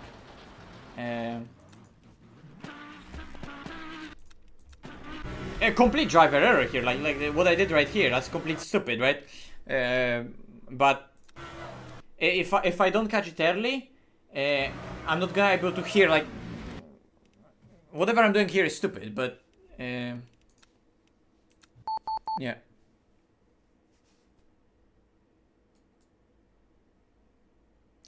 Yeah, Rasi, that's true, but remember that they are coming also from completely different places where they are right now. Because right now in LMU it was super difficult to catch slides, and it's not about catching slides. Like, catching slides is a product of a tire adjustments, because it was more about where the slip was and how the car was reacting to that slip, right? So in iRacing, you couldn't really go into the slip properly, because then the car wasn't really reacting well to the slip, and there wasn't much of it in the first place. In LMU, there was tons of slip to begin with, and the car was benefiting from that slip. So catching slides is just a product of the core change in the driving dynamics. And you know, catching slides is just an alteration of behavior in an extreme. That's, like I said, just a product of the changes that were made. What do we have here? Let's drive something. Let's actually get into a race. LMP2 Portimao, another car that potentially trying to change ever so slightly. Fuck it, let's just get into it and let's see how the car is like out of the box. Because I did hear that there was a change to that car, indeed. So I just want to see how it is. I want to see how it's gonna drive, because I did a bit of setups like a month ago, even more I think, for that car, for Hymo. So not all, but most of the LMP2 setups right now are from me, and I just wonder how it's gonna compare, because I heard there was a tweak, but let's see how big that tweak really is. So I'm gonna drive how I always drove it, and let's see how it's gonna respond.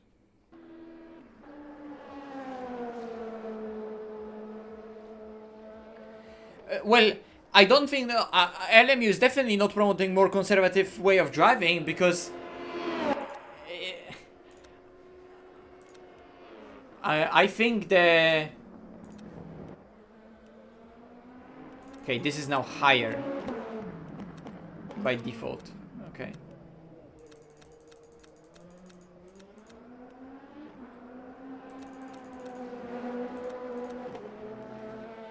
And brake bias is also different by default.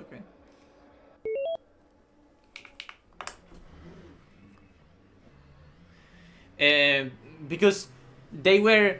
This is nice. Next ever event starts in 2 minutes. This is what I wanted to see, that timer.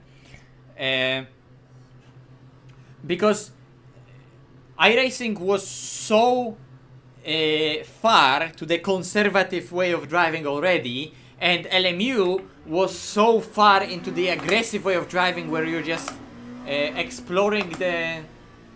Yeah, it's different.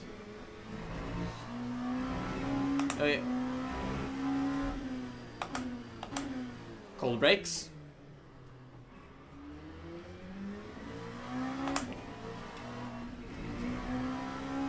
We're just exploring crazy slip angles that LMU going towards the more conservative and iRacing allowing more exuberant. Still, like, they were already so far apart that iRacing is still gonna be the conservative one and LMU is still gonna be the more exuberant one. They're gonna be just closer together. The core tire dynamic is probably still gonna be quite different, but at least if you want to like generalize it for what both allow,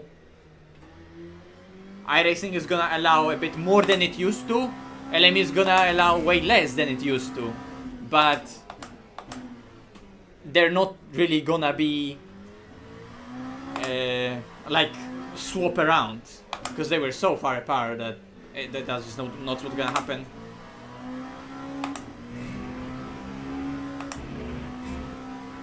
Yeah, the car is definitely different now. It's actually quite nice on the outlap. You see, this is exactly what I asked for. The practice is for 1 minute, event starts in 10 seconds, and this is what I want.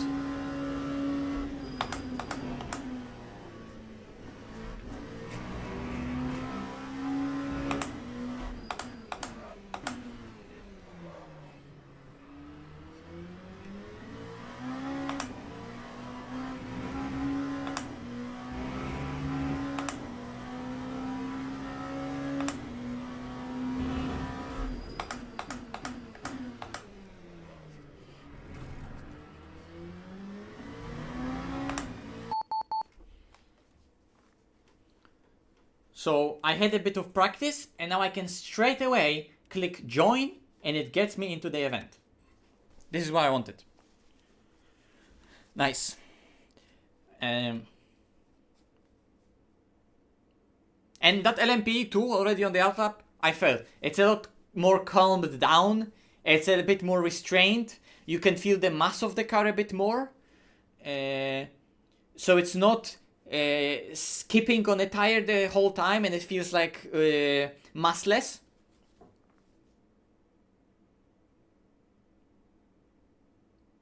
It still feels like a light race car, but it's a lot more restrained, like I said.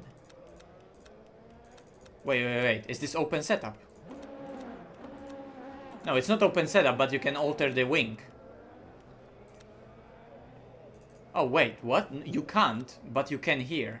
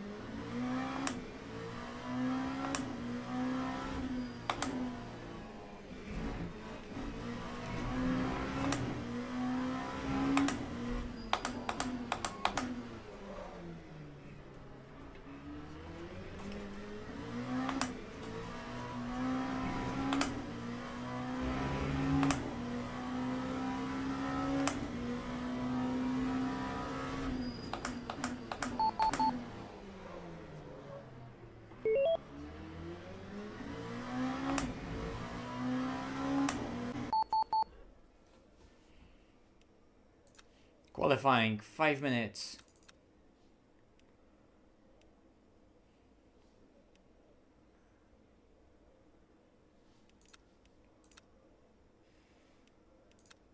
It doesn't do the calculations in the menu. This is still bugged.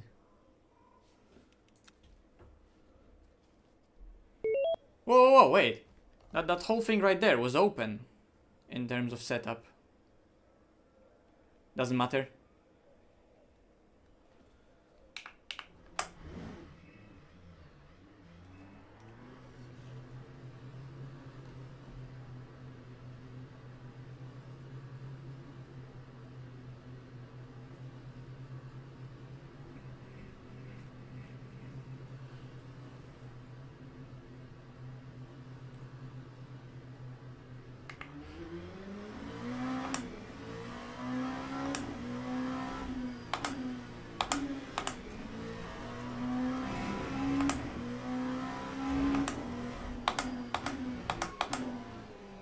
Cold brakes.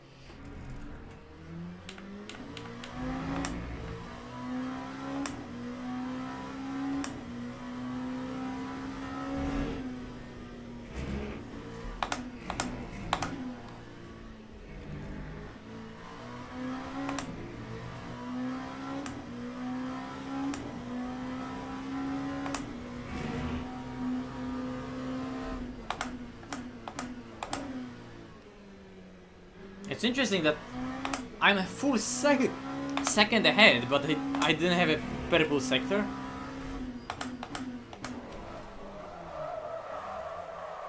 Okay, brake bias. I mean, they're gonna cross the line right now, and they're probably gonna improve. Because I would assume that someone who had purple sectors just threw it. Yeah, there we go, someone improved, and there's only 4/10 off.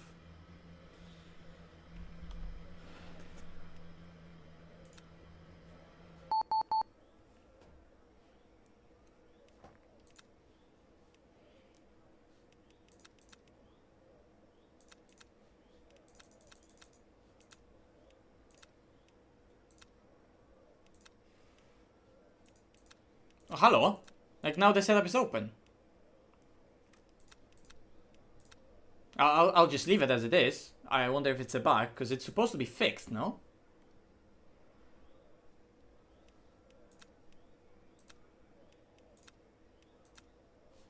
So why is...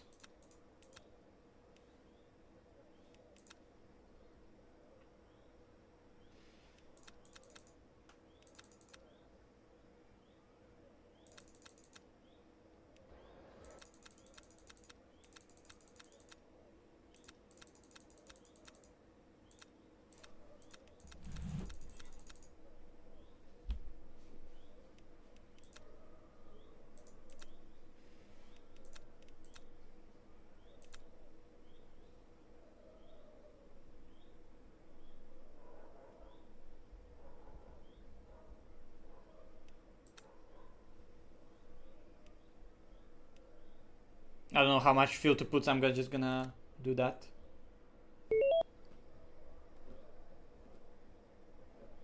$20, 20 sec. Whoa, whoa, whoa, whoa.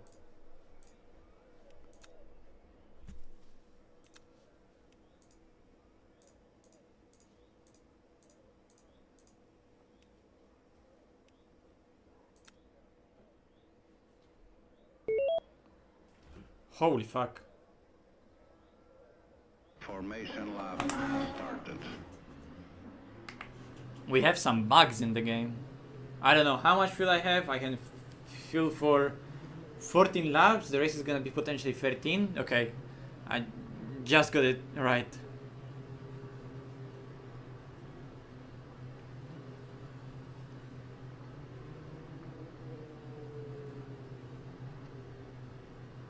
Scary.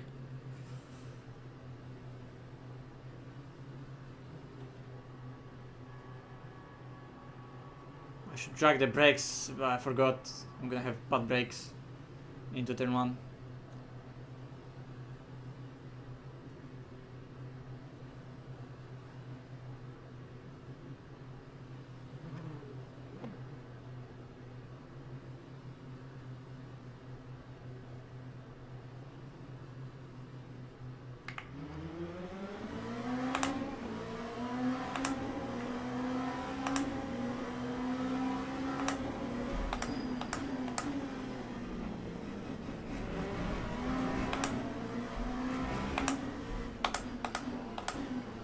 What was that first stop in Piastri turn 1? Like, I went wide knowing that he cannot go that fast around me, and he went wide just thinking that, fuck it, whatever. I'm gonna try, and he went off the track so hard. That was Formula 1-esque turn 1 from both of us.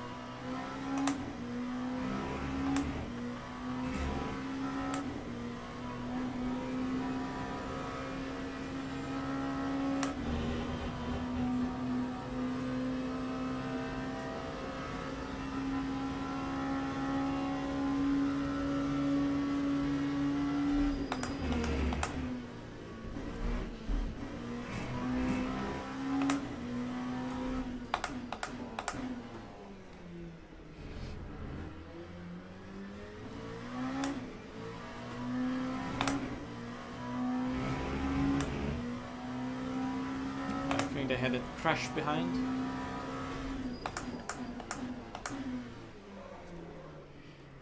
Lock up.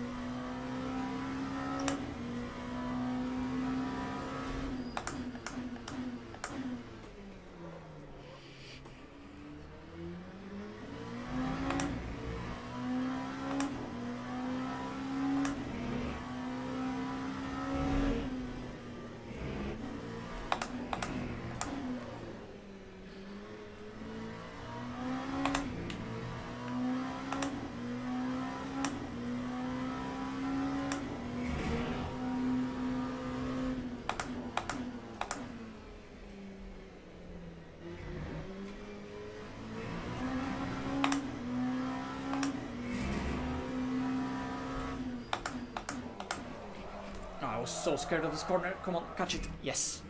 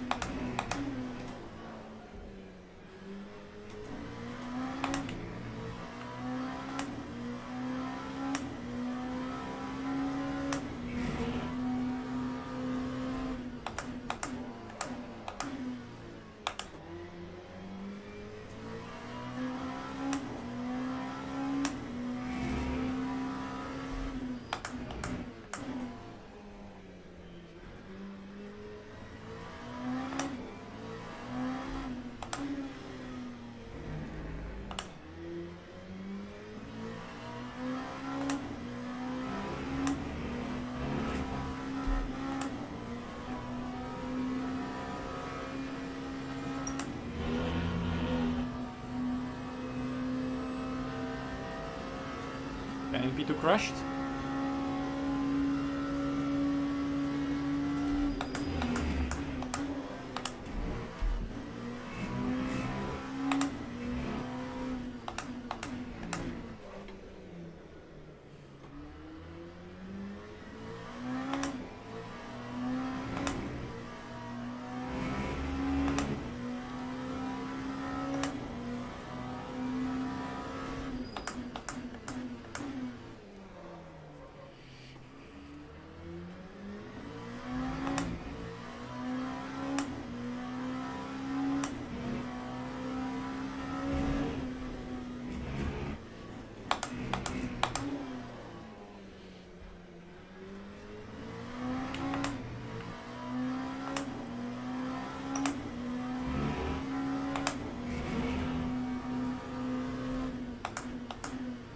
Also, guys, how is the stream?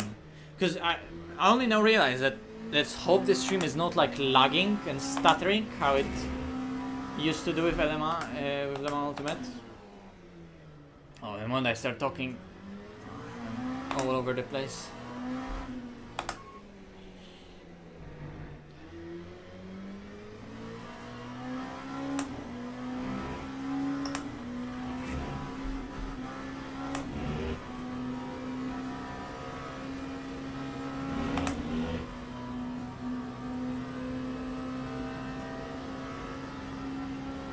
Okay, thank you.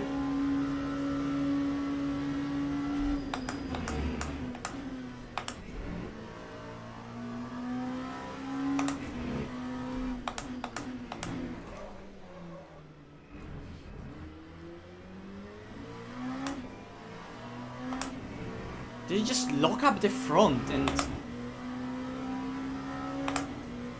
tighten the corner?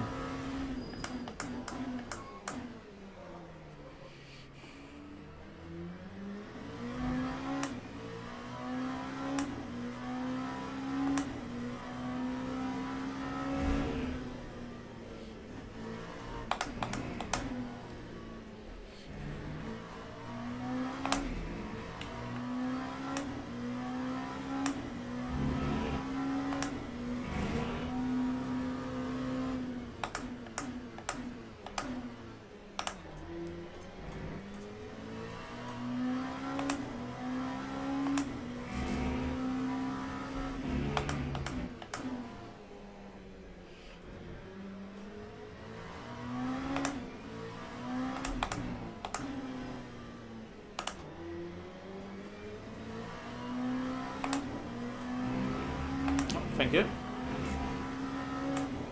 Kind man.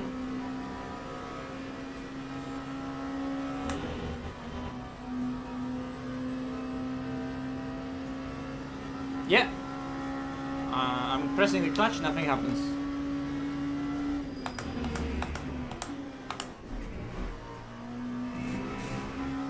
Now we need to save like man.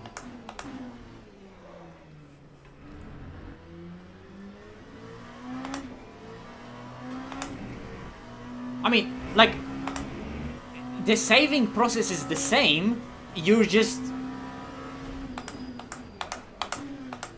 have more rolling resistance due to engine braking, but you're actually saving more fuel. It's less efficient lap time wise, but you're saving more fuel off throttle. Because what we were doing previously is you're clutching in and the car burns fuel because it's idling, but that's basically virtually nothing for the amount of time that you are burning that fuel, because you're just clutching for a split second, right? But the car rolls without any resistance because you just clutched in, you just de-engage the powertrain. But when you lift off the throttle, you stop burning fuel altogether, because you don't even need to burn fuel to stay at idle RPMs. So it just stops fuel burn altogether. That's you are genuinely burning no fuel whatsoever, because it's just the inertia of the whole powertrain and the wheels are driving the engine now. Throttle is just completely closed. But you get engine braking, so you don't roll as far forward as you would if you would clutch in. So we will have to just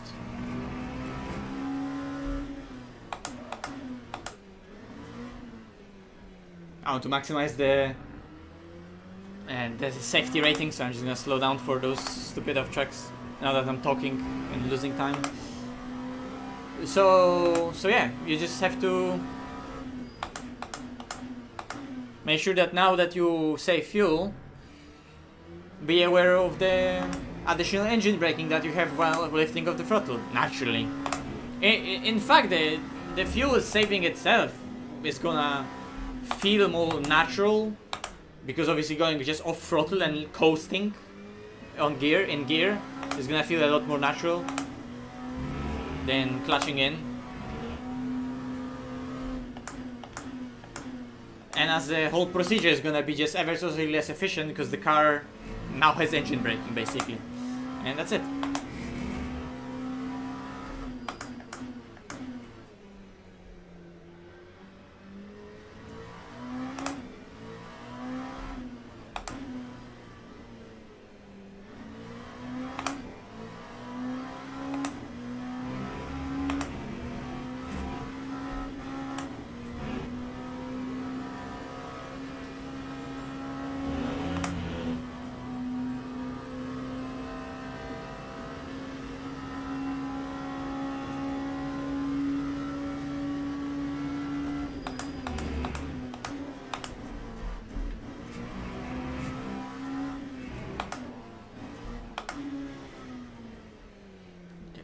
Turn 1 is strict.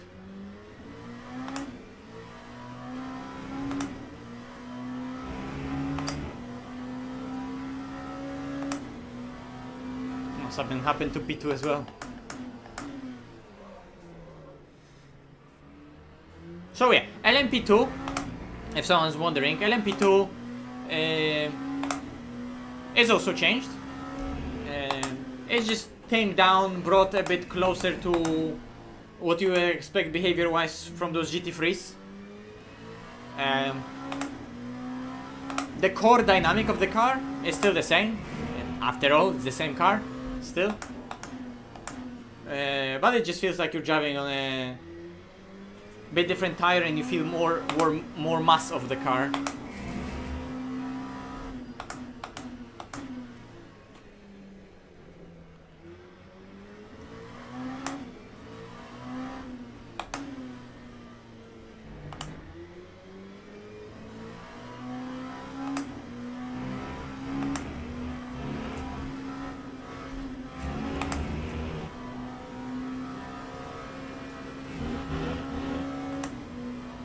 Two more laps, yeah? 2 more laps.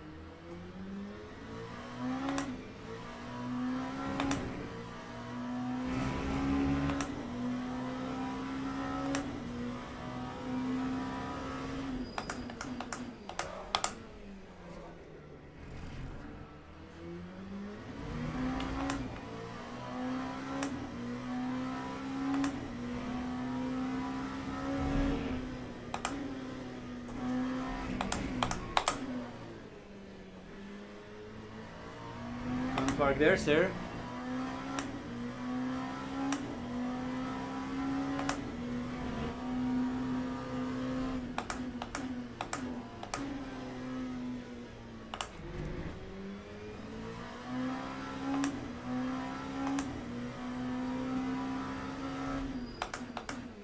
I hate that braking zone. It's so weird in an LMP2 car like that, because it just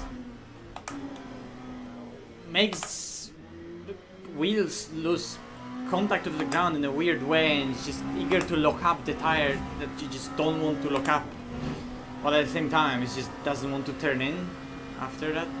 Great track limit.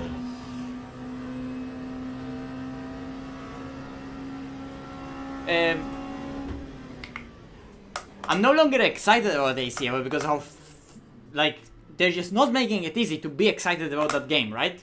They're doing a bad job of selling that product. But when it comes, I'm eager to test it, and it's not like I can't wait. It's like, yeah, it's gonna be cool to check it out. And obviously Spa, a new tire model, things that I'm waiting for. But it's whatever, really, right? Weird. I know. When the full product is out, hell yeah. But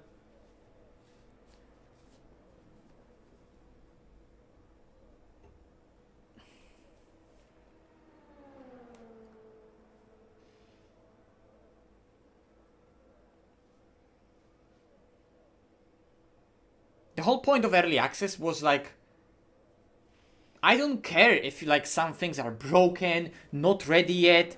It's like, I signed up for early access not to try out the game like, you know, half a year ago, and now wait for a full year to then them give us like a finished product after like little to none feedback that they got from broken game version. Like, okay, that's cool, but I signed up for early access to get early access to entire process of the game building and give them feedback, right? I want to give feedback. I want to see how the game evolves. I want to see new content being there and them keeping the community involved, and have that, it's not about transparency, but just involvement, right? But they're just doing bad job of selling that product, and it's not exciting in any way. It's like, we got recently an update. It was like, okay, so it's the same game. Like, you gave me more cars with a hope that maybe a tire is gonna change, but then I have to drive it on the same old tire that I know that's gonna change anyway. But for now, I just have to wait. Why? I know that you have something in the works. Show us what you have in the works. That's the point of early access. Like, oh yeah, but it's not ready. That's the point. I want to give feedback on something that's not ready, knowing it's not ready. That's what I bought into. And I'm annoyed that I can't, and I have to wait. It's like, the whole point of early access is that I don't have to wait, I just can see the newest thing. And I know it's gonna be broken. That's the whole point. I expect it to be broken, but let me see. I paid for it. That was the whole point.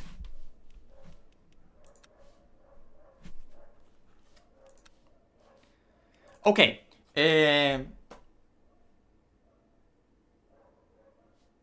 Wake experience at this track.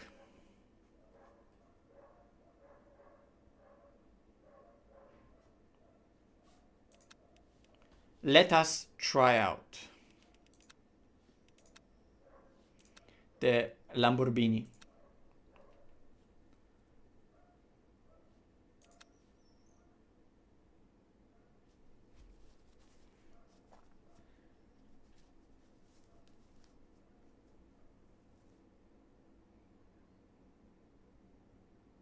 So yeah, because of that, I just stopped like thinking and trying to be hyped and excited. Oh, this is gonna come, this is gonna come.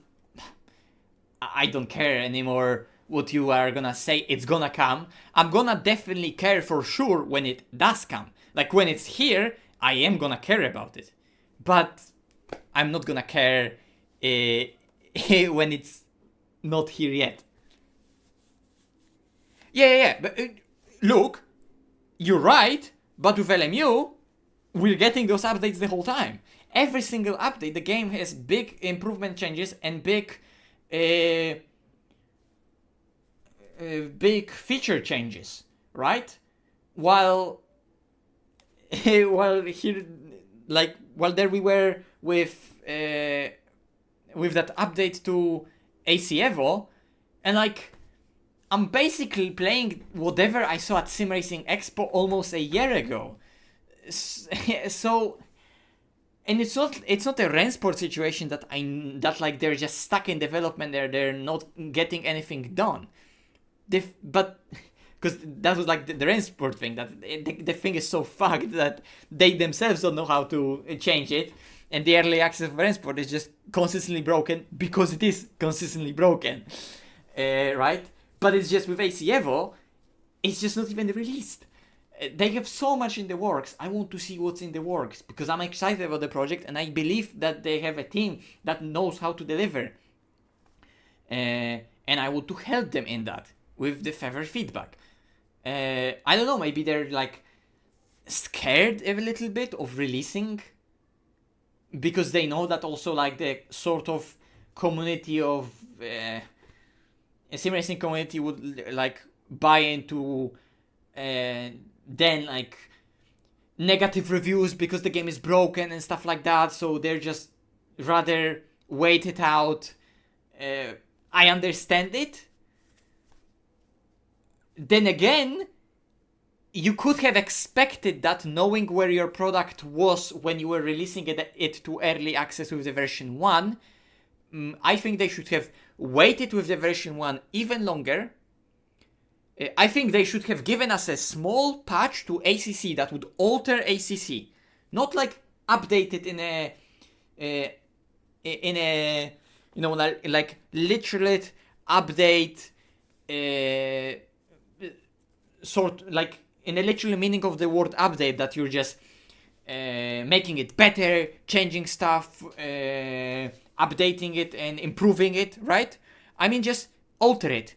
Alter the in-game bob, alter the tires in some way that like theoretically makes sort of sense. Like, it's fucked either way, right? Alter it, change something, do some changes to some cars that have some sort of basis in reality, and make ACC ever so slightly different so community can be involved in that game that there is still some excitement about, and give yourself time to then work behind the scenes on the Assetto Corsa Evo's engine, so then later, way later, you release the early access to AC Evo, for example, let's say right now, and then you're able to deliver updates of early access a bit closer.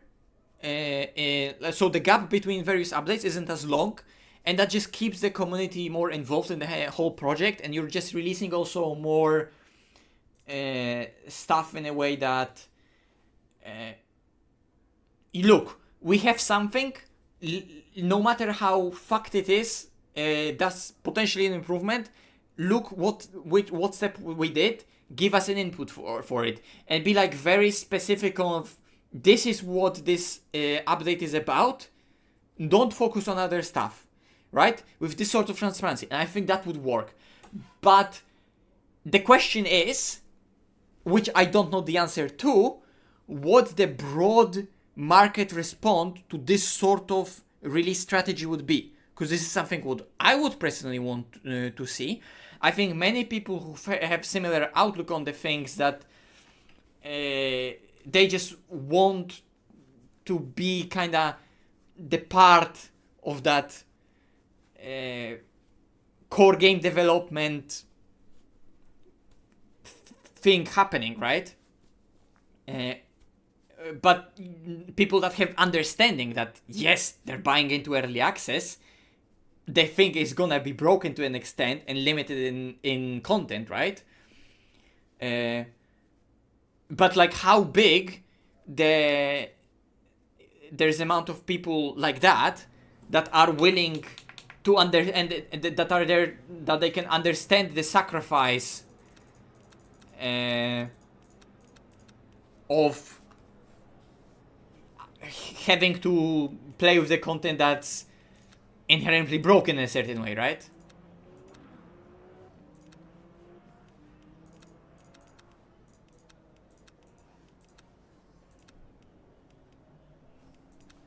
And how many people are there that are just gonna be like, yeah, I don't care, the game's broken, don't buy it, negative review, fuck us, fuck Kunos, fuck Assetto Corsa, right?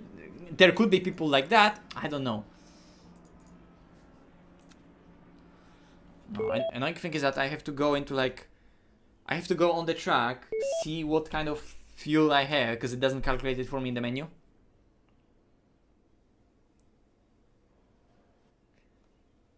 Yes, yeah.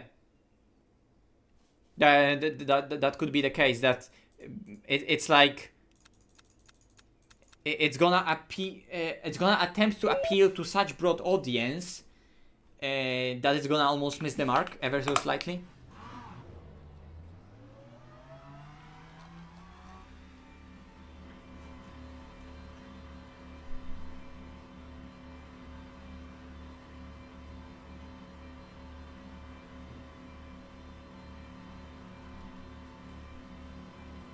But we don't know how the product is gonna look like. It's just that you're gonna have to wait shit tons of time to actually find out. Okay, need to focus.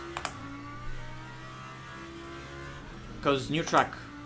And we need to warm up the tires this time around.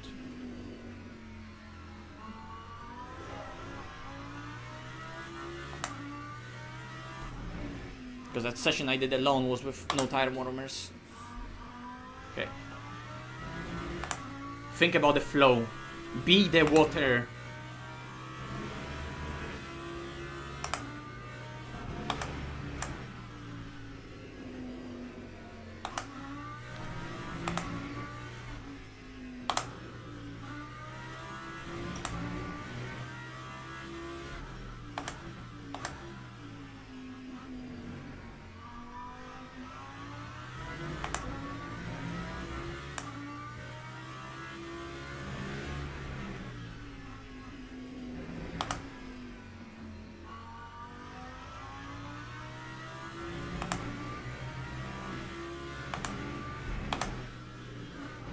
Ultimately, we do have limited time in quali, so I wonder how aggressive do I have to be with tire warming. Because in the race, I would assume that I have to be more gentle how I just bring the tires into the stint. But in quali, how aggressive do I have to be with my warm-up, because I just don't have the time to just do laps and warm up the tires naturally and slowly, you know? But I don't want to take performance out of them while warming them up, right? They're still at 99%. 50 degrees.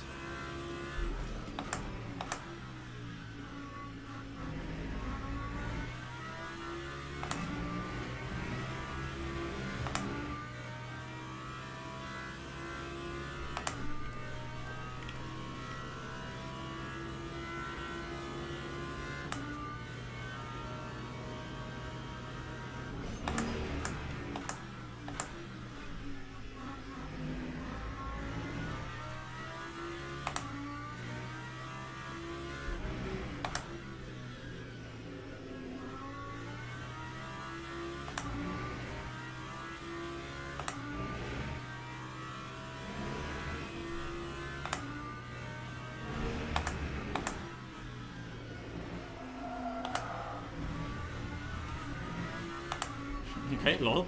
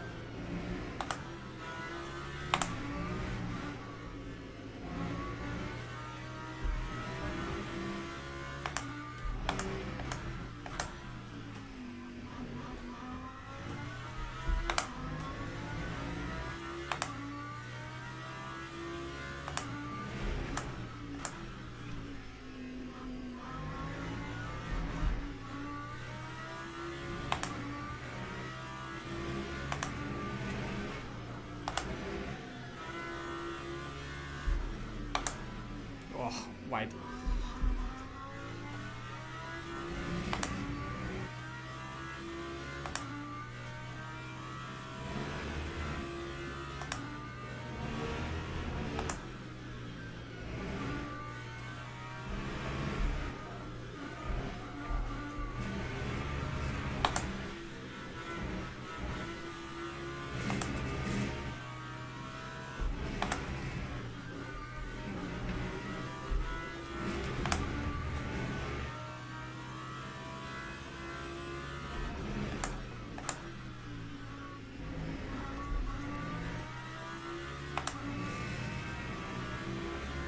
Ah, P2.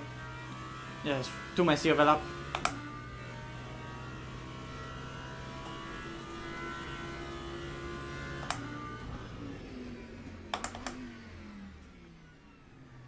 Okay. Fuel / energy usage is good.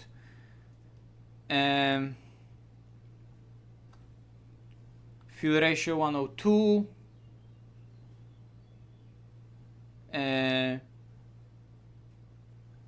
Average 768.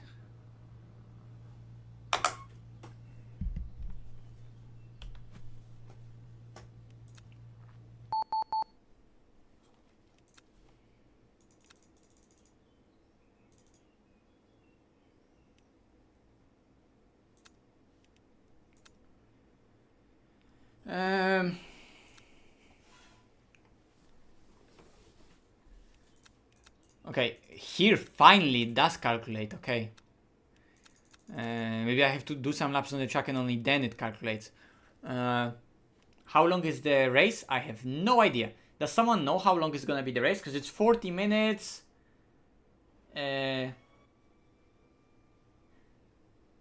So we're not gonna need a full tank, right?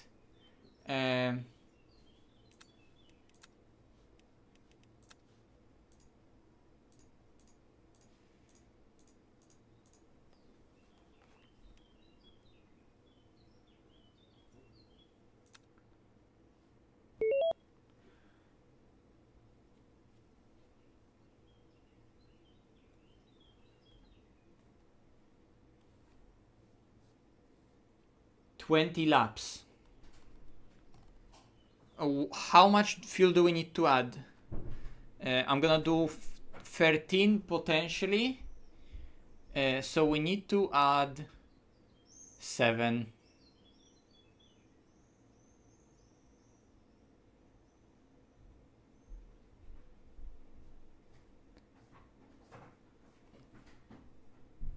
Strategy pit lap 11. 83% virtual energy required. Formation lab has started.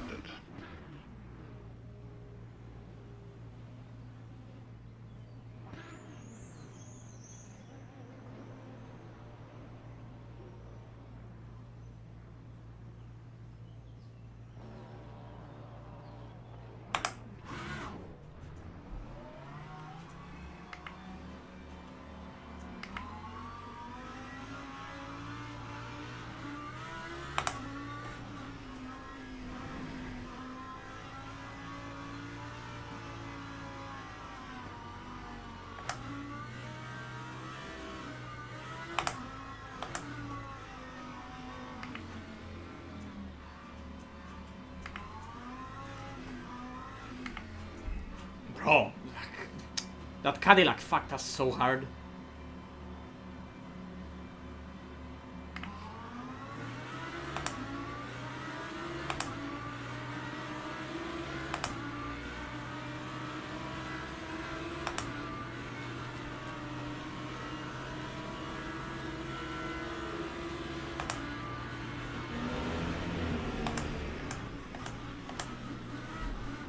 Yeah, I have to let him go.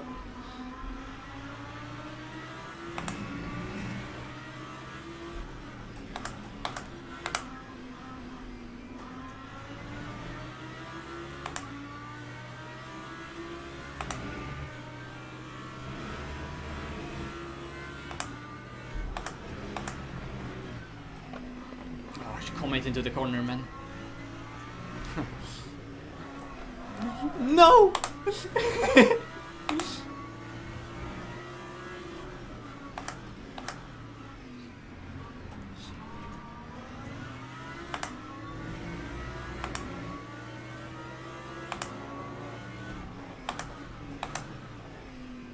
I wanted to follow the caddy. Come on. Yeah, green track limit.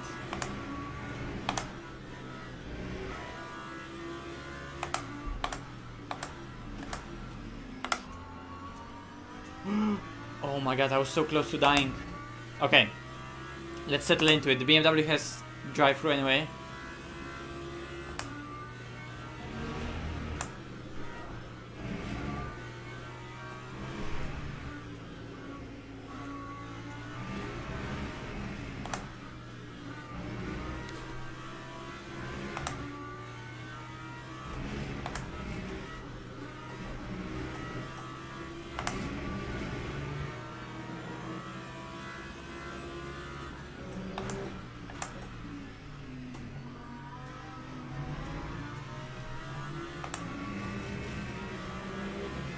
Bro, really? Oh my god.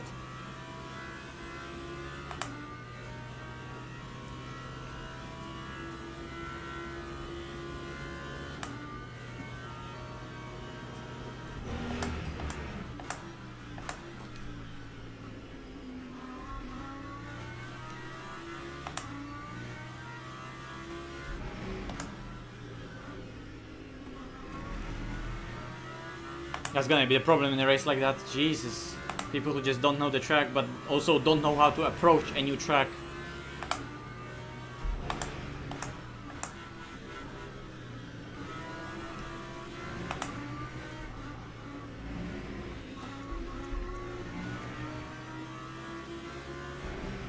Nah, defending with a driver, that's a dick move. Come on!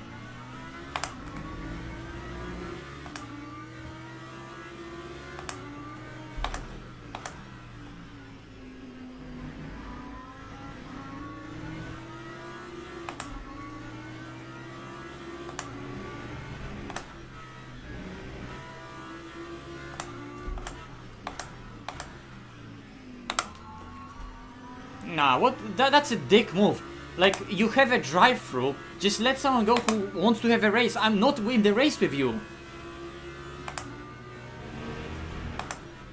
You already threw away that... when you fucked your start. Maybe it was not your fault, maybe it was just game being really bad about it, I understand. But that's just the situation. Don't be a dick about it. Oh, come on!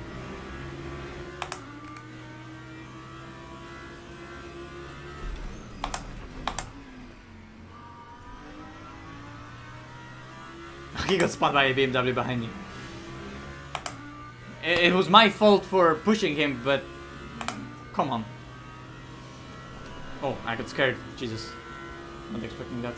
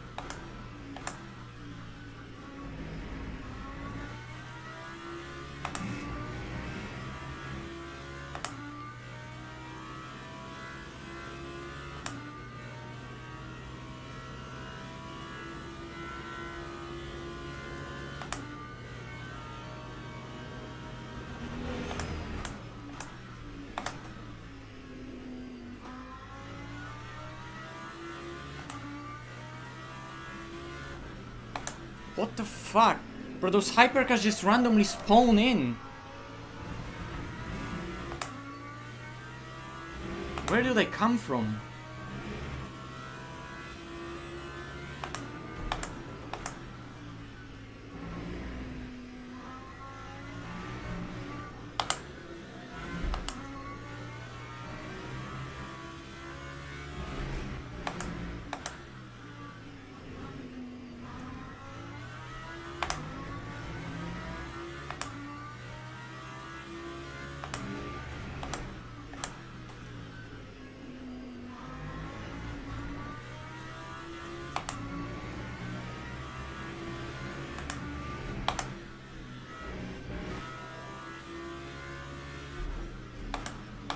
Oh, the sun into that corner just hides the apex, annoying. Especially if you don't know the track.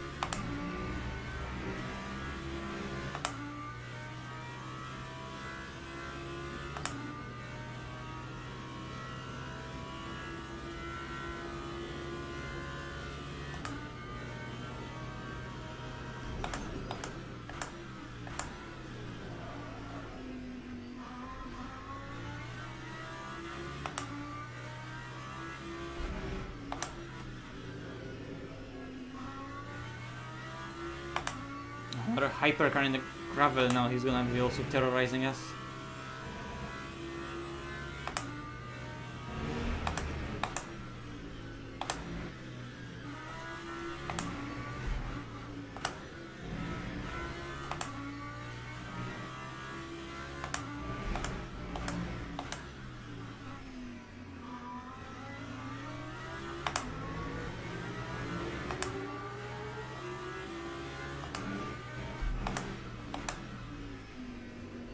Oh my, I cannot focus whatsoever now.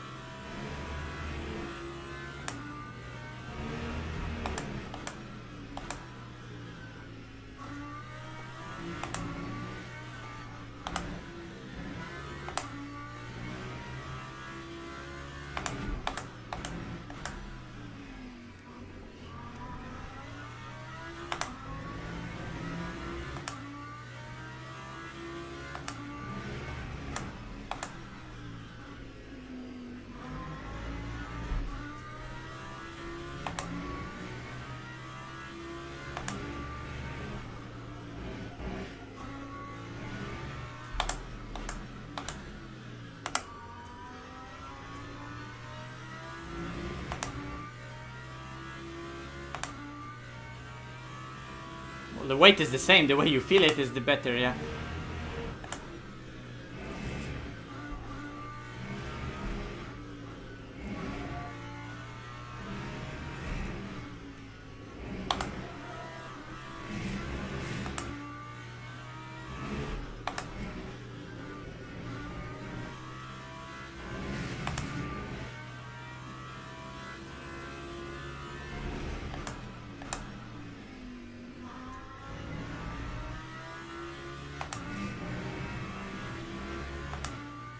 Jesus, 58.6 from P1.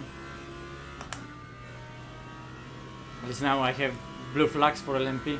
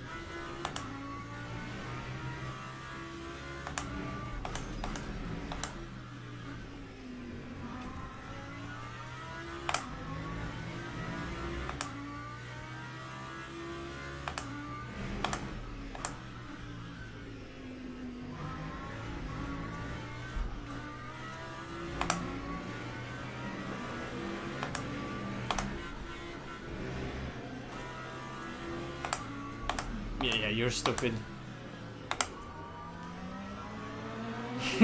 What the fuck did he attempt?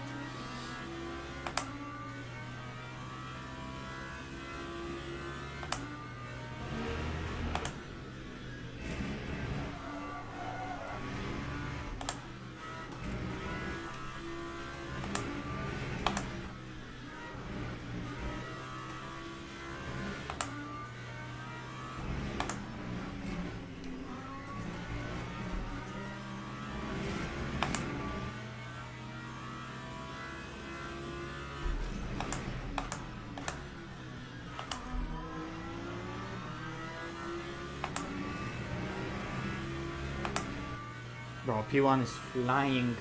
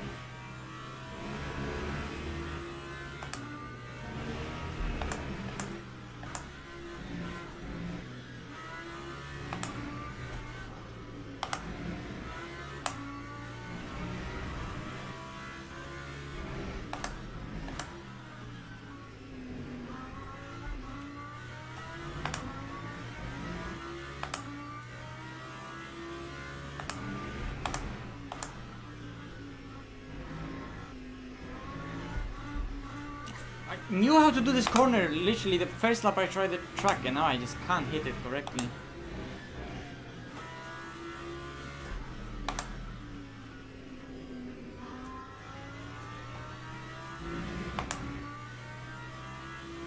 Big group of hypercars coming. Oh, I'm gonna get them in those fast stuff.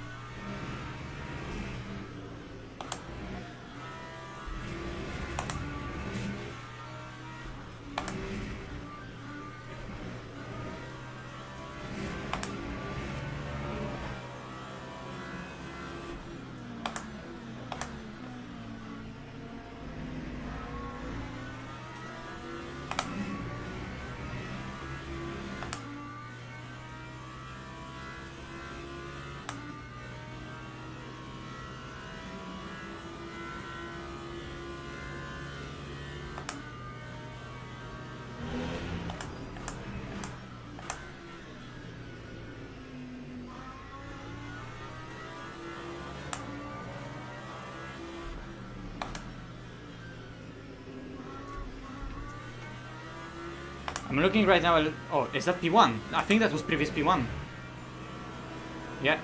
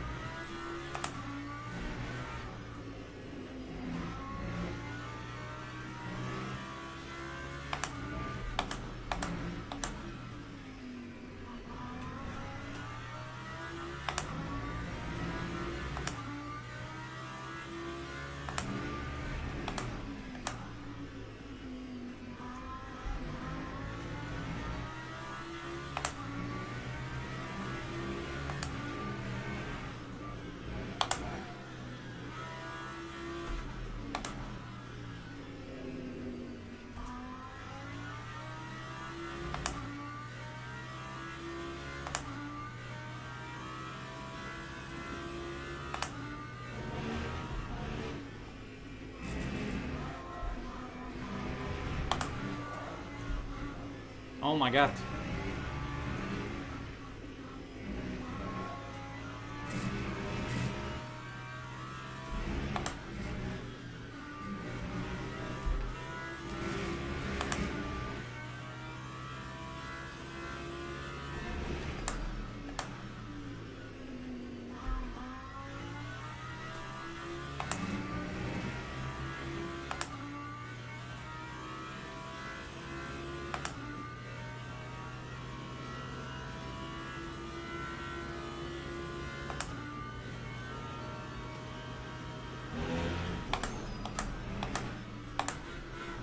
I have real damage because it shows me as repairable.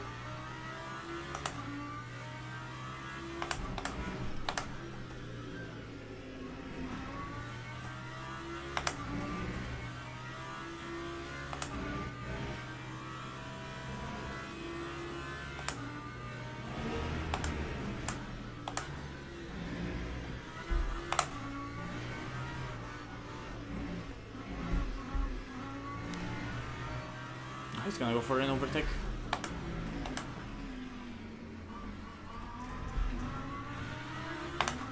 Fuck off!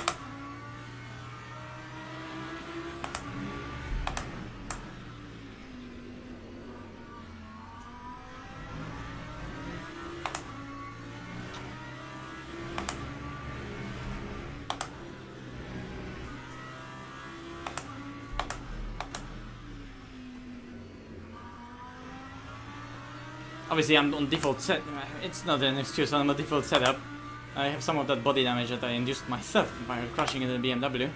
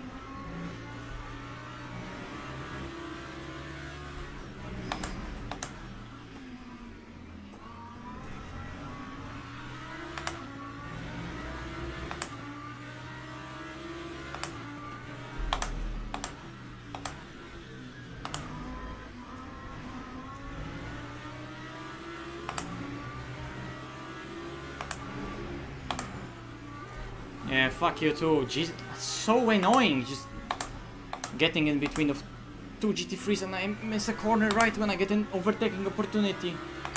What a fumble.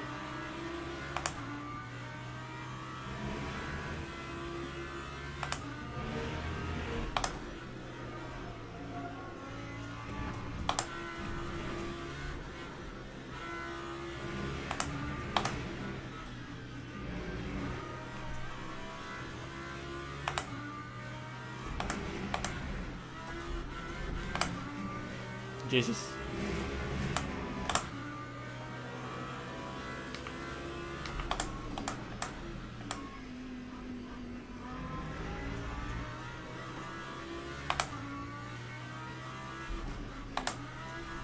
Bro, what is that? Why is it still evaluating? Oh my fucking god. That was rough.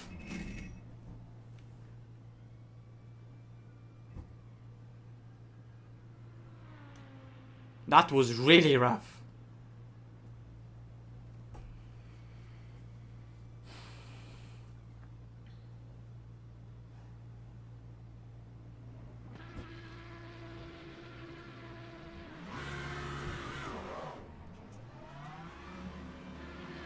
What? 21 laps? Nah, fuck this game. Fuck this game. They still didn't fix it. It's not that difficult to calculate.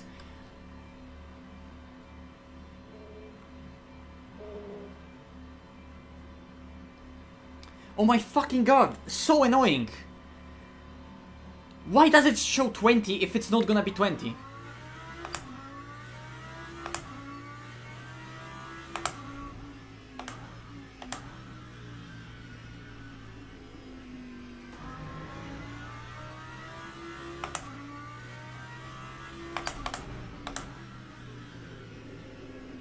And this is when the answer to is the game fixed is a no.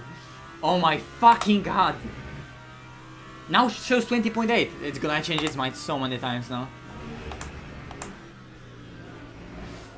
And I don't know, because if it is 21, I need to save already. But I don't know if I need to save, because fuck knows if it's gonna be 20 or not.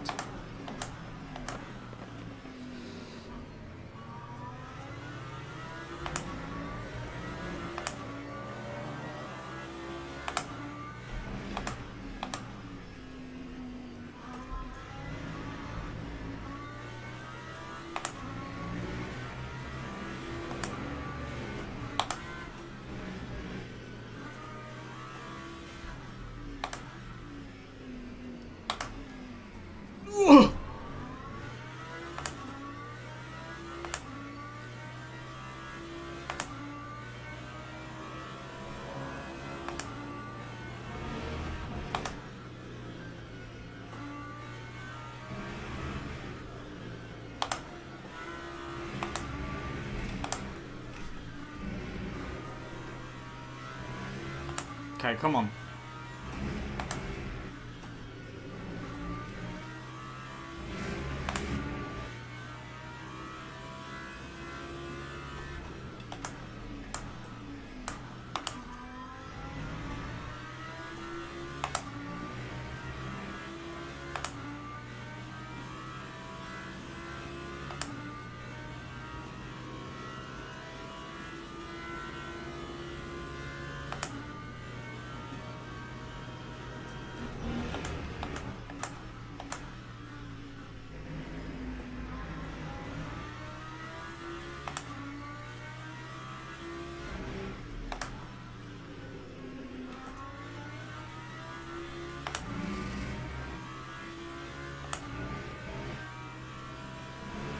Nice, 21.0 this lap.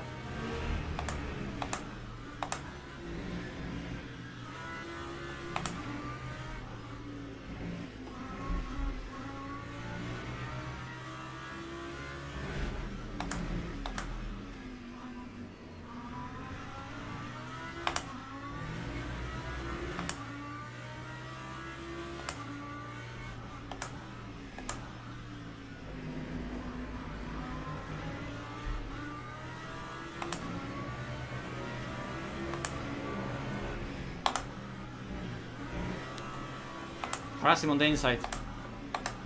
Harass him, not me on the inside. Jesus, that Cadillac should have just committed. The Lambo even opened him the door.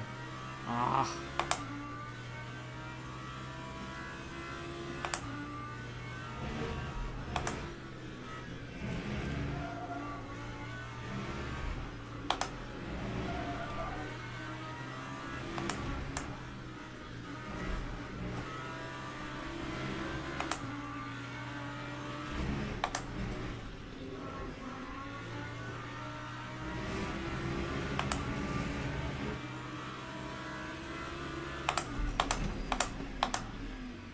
Moving on the braking blood.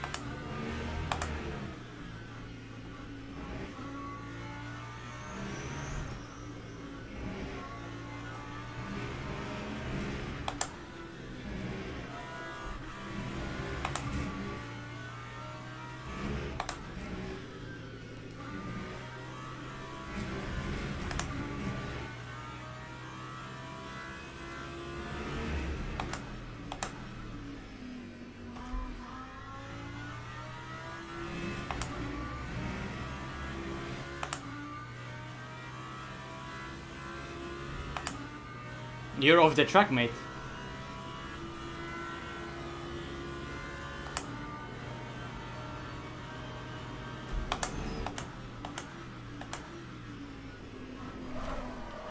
And now you killed both of us. Nice, thank you very much.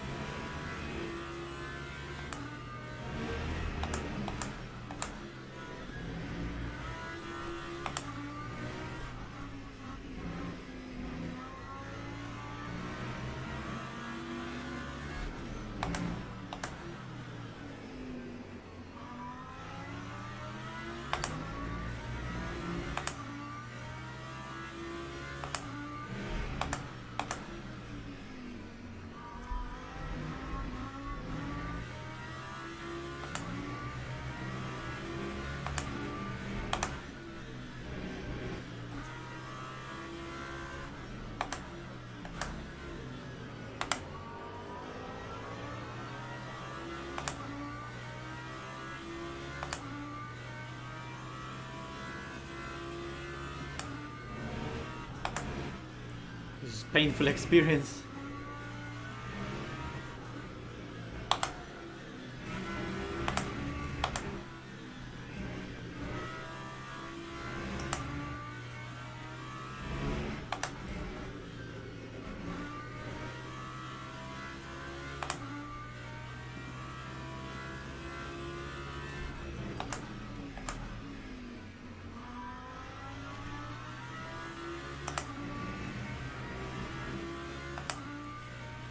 How do you turn the car right? Well, it's basically the same as you turn it to the left, but just the opposite direction.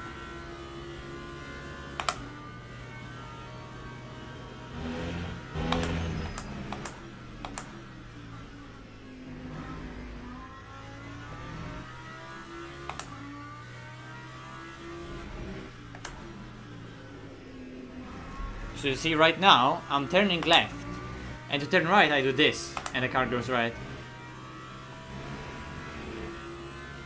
But to answer your question, actually, is there a way to turn the car correctly? Of course there is a way to turn the car correctly. I'm probably doing quite a bad job of it right now, because I'm just fooling around. And I don't know the tires, I don't know the track, I don't know what I'm doing. But of course there is a correct way to drive. I mean, if there wasn't, everyone would be fast. And there wouldn't be any drivers trying to figure out and understand why the hell they're slow.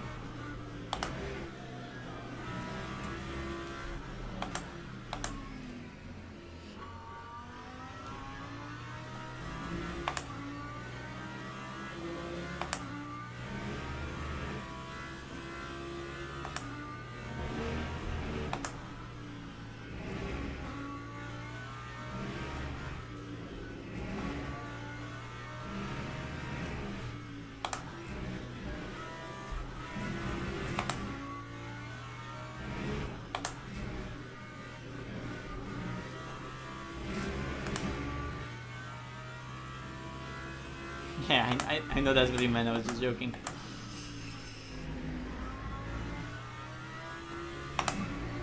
But it's also a long question, a big question, because it's like, do you mean just in terms of steering input? Do you mean like overall in a concept of just rotating the car around?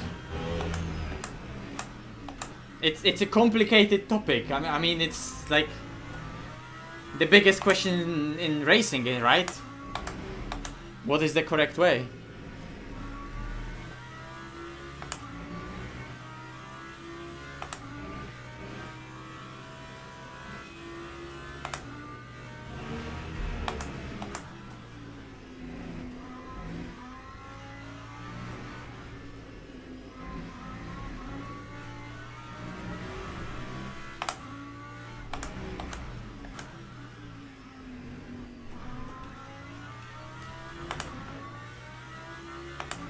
Not like him.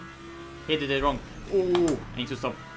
Yeah, because I think I'm on big penalty points, so that could have been a drive-through because of the pit entry.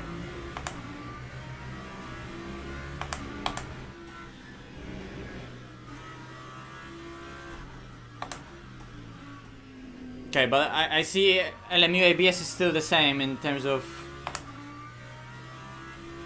you just press it hard on. Oh fuck. I think we might have a problem. Exactly.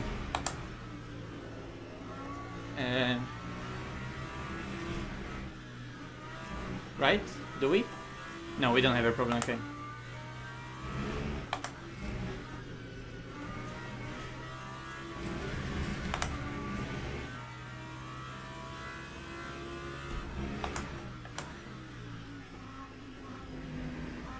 Just because that leader of LMP is fast enough, he lapped us, and we're gonna have 20 laps. If he wouldn't lap us, it would be 21, and then we would be fucked.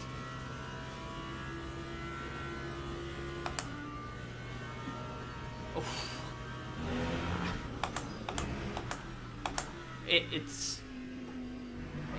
It's a wrong question to ask because it's so complicated. that question like that, it just cannot be answered. Like, of course it's different. How different it is, like, well, the tires behave differently, so you have to alter the way you do all your inputs. Both steering, throttle, brake, ABS works differently, so you have to brake accordingly to that. TC works differently, so you apply throttle in a different way. But like, you're ultimately still driving the car that in its concept is just a mass suspended on, well, with 4 springs and dampers on 4 tires that have a contact patch and generate grip at certain slip angle, right? And they flex in certain ways. So, same concept applies. It's the same thing that you're controlling, but everything is a bit different. You can't quantify it. It's not quantifiable.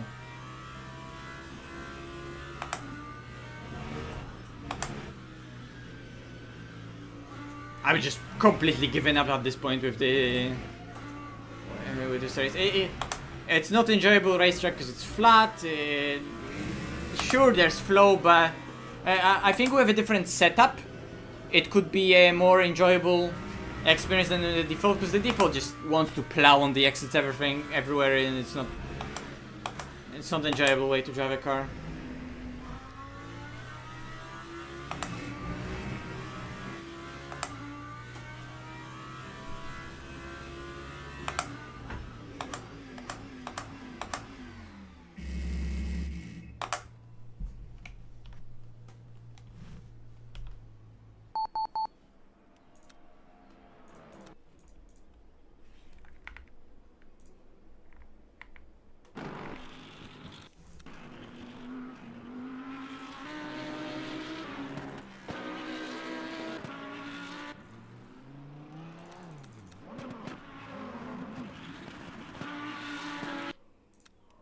Okay, he wasn't off the track. He was off the track.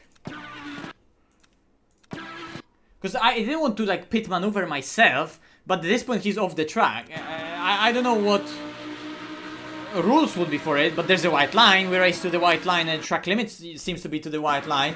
So at this point he attempted an overtake off the track. Oh, that was actually a netcode, I think. Yeah, there was a netcode and then tapped me. But I'm ahead, he needs to fit in this gap. This is his fault.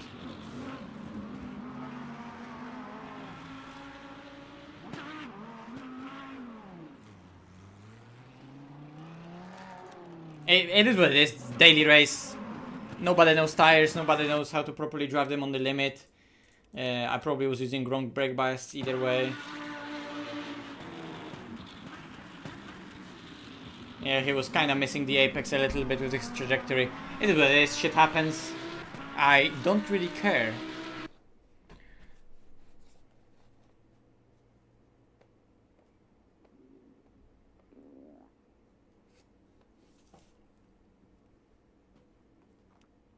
I probably lose safety rating. I gained safety rating somehow, what the fuck?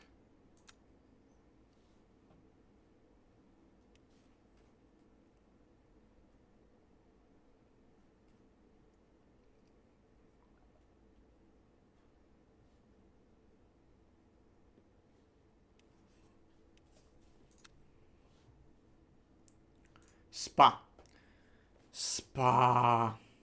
Ucar yazın.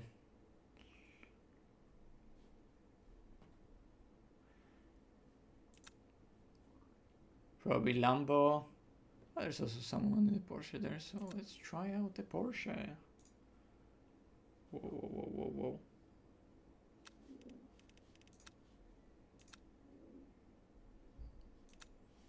Event is full? Fuck off. Oh, fuck off.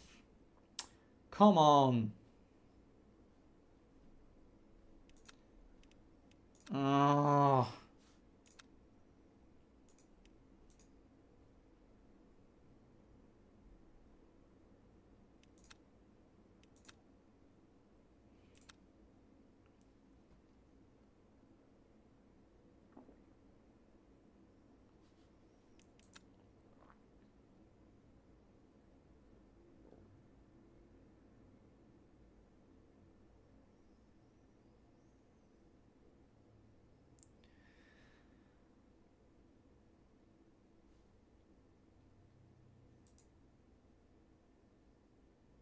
Registration opens. Event starts in an hour.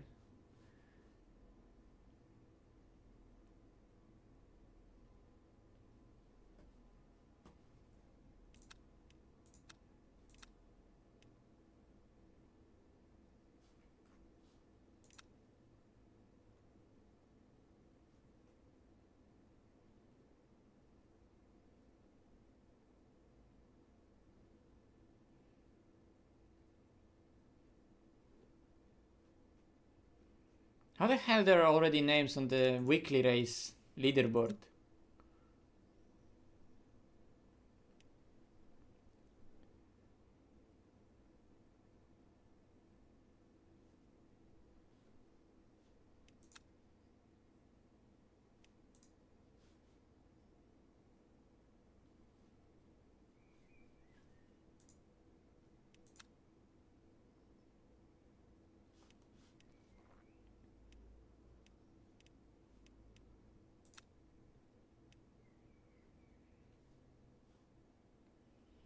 Next work experience starts in an hour. Bro, I would have to wait for so long right now. So like, technically I didn't miss a race because I would have to. I would have driven that Spa race, but it was just full. Under normal circumstances, I would. You know what? Let's try playing with the setups. Let's try just driving the car.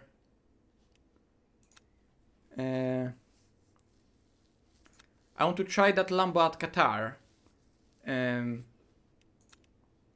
but just with a different set. I want to see how it's gonna respond to.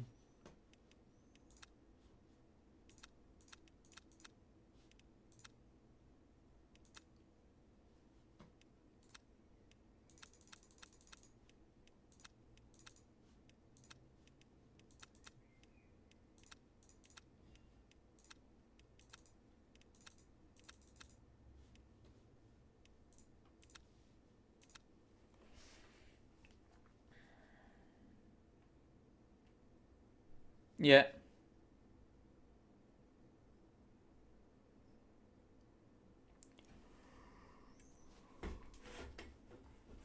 It will take a while to understand the tire, but we'll get there.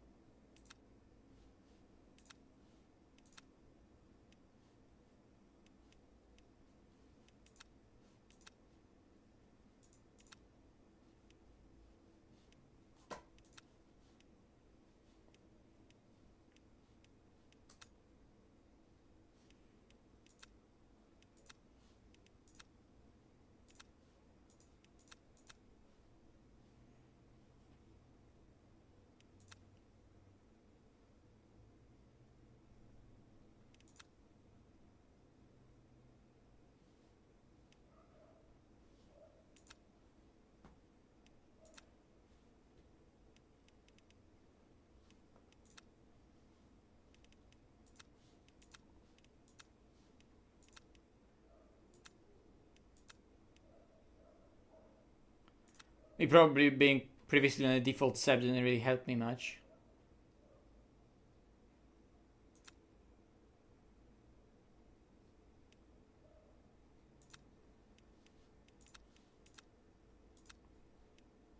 Let's try how it drives on a CDA based setup that's in game. With fuel? Yeah, with fuel.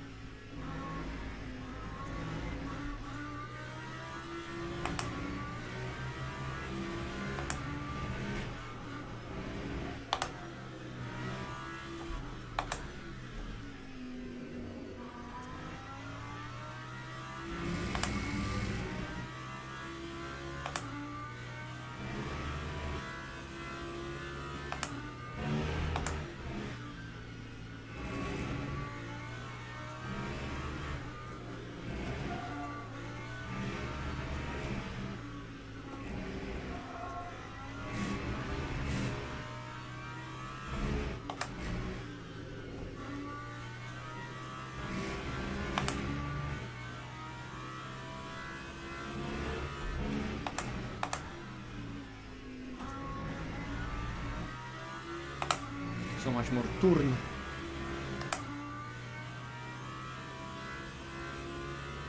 Oh damn, like this has so much more rotation and overall grip.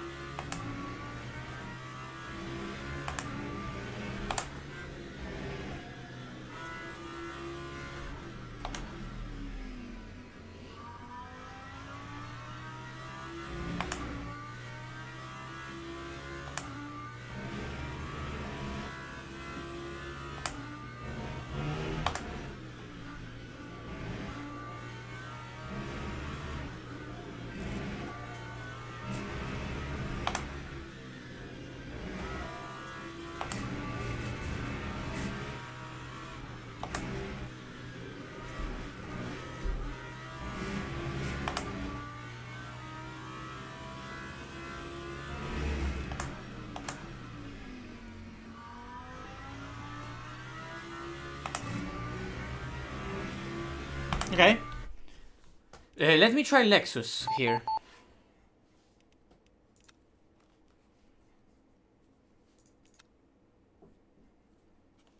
Let's go back to the Lexus.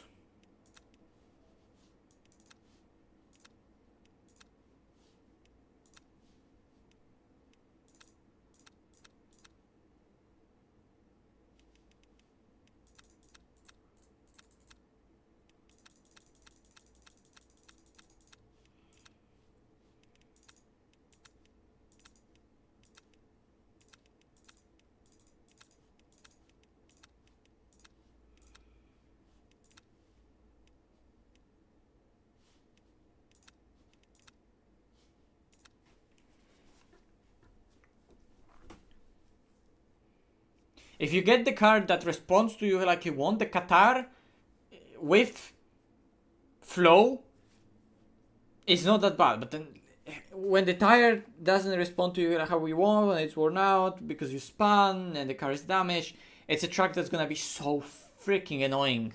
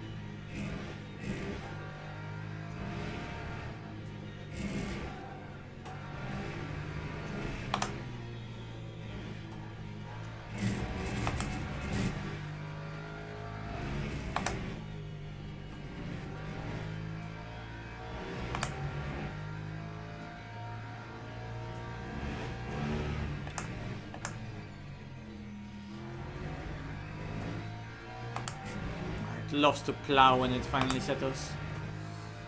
I'm gonna invalidate next lap. Lovely.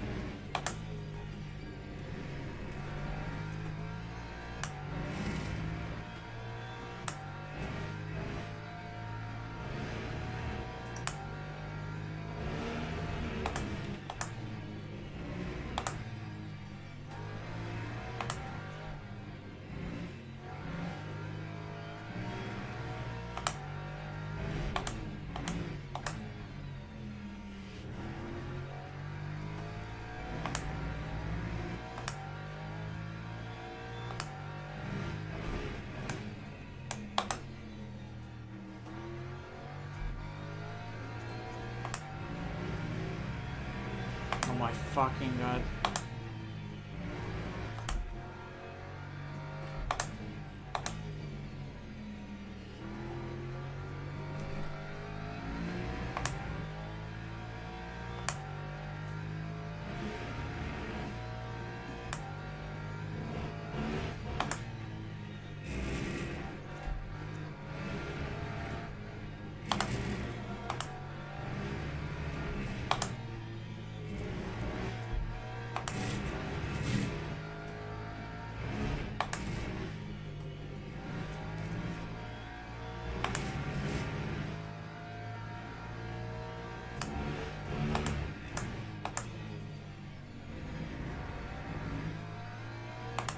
No. Shame. I still don't know what kind of pace I'm doing because next lap you're gonna be invalidated. It's so annoying that the game just doesn't tell you what lap times you did even when they were invalidated.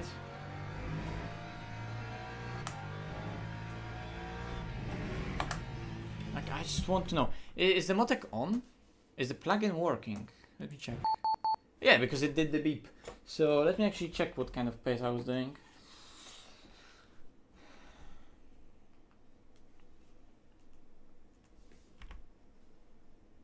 Oh fuck, I can't see.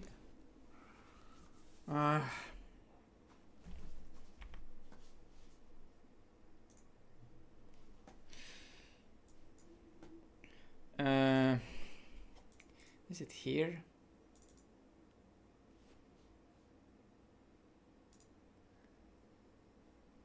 $59.1 was the last lap. So definitely slower than Lambo.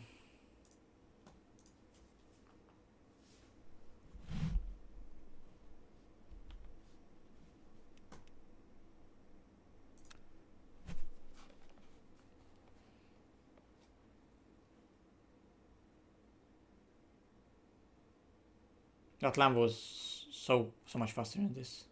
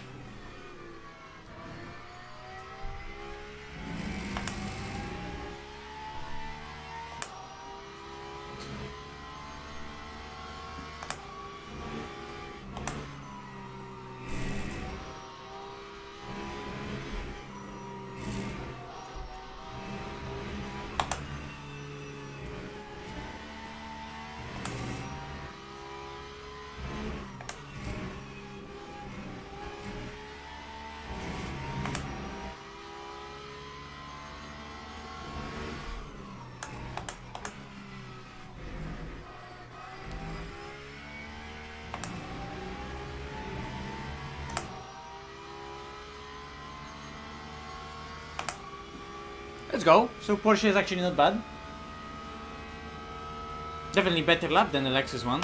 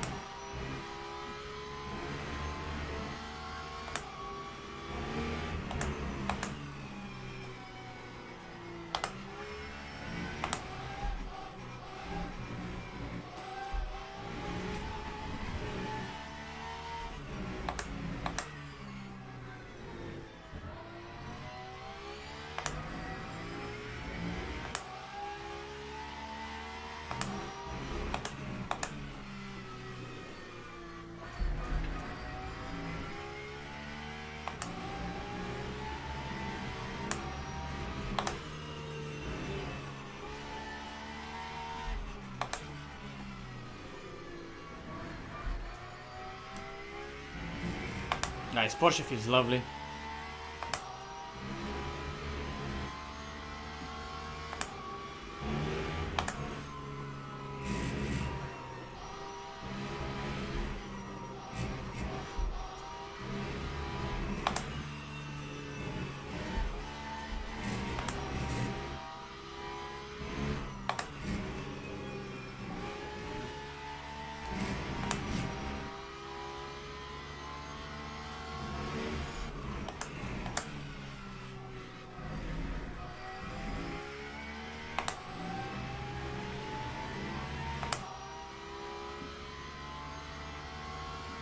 Porsche is lovely.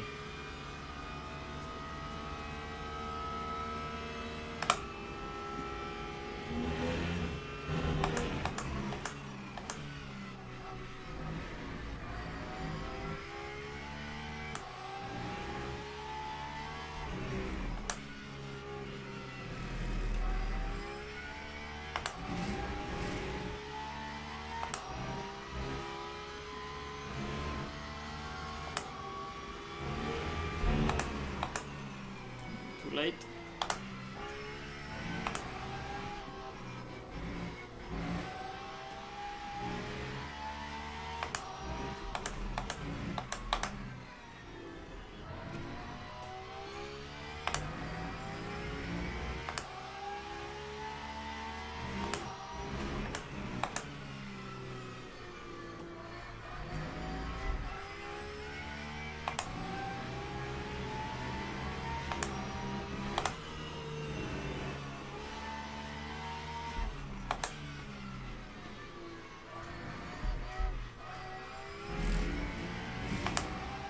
Yeah, this is good.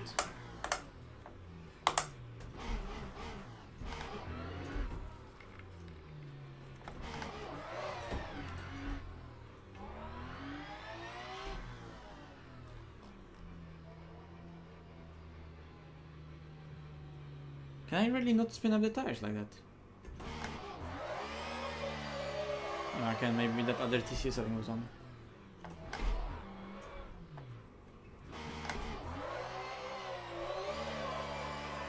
Well, I have also quite rearwards brake bias, but...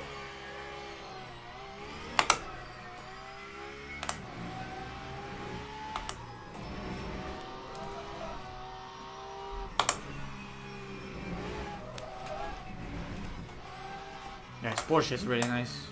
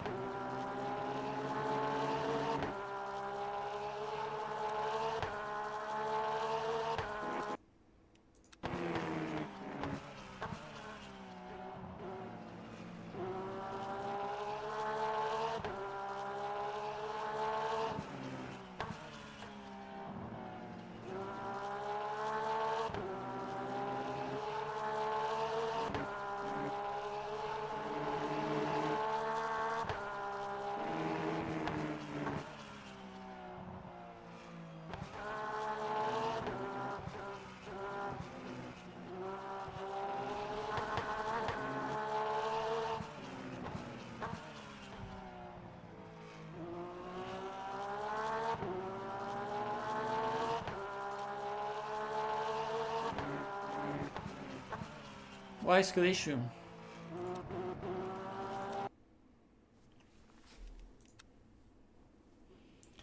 Why skill issue, Thomas? Whoa. Okay.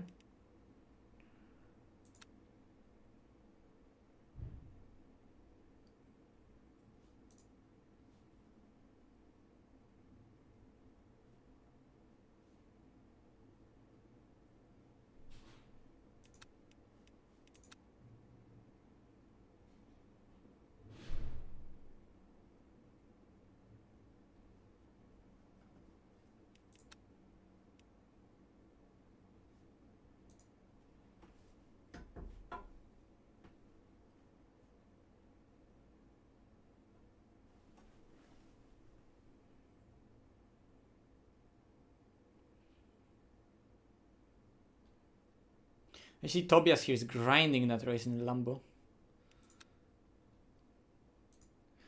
Guys, let's do at the end one race in the Porsche here. No practice, grid and go.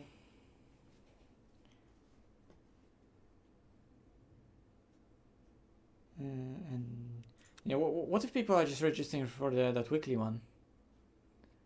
Yeah, because that could be a thing.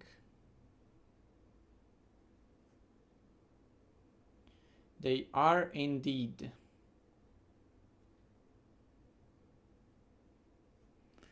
How long is that race? 100 minutes. It starts quite late.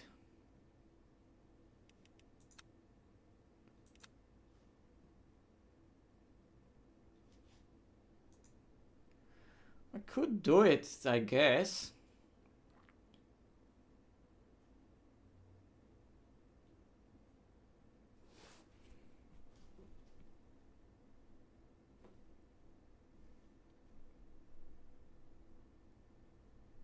Ah, fair enough.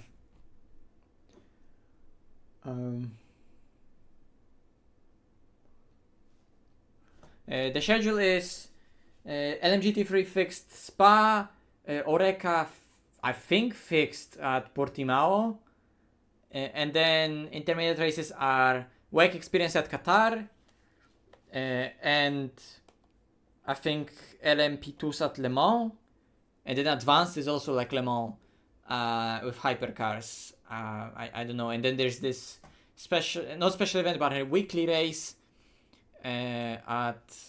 also at Qatar. But I'm debating if I should sign up or not. Maybe in the Porsche.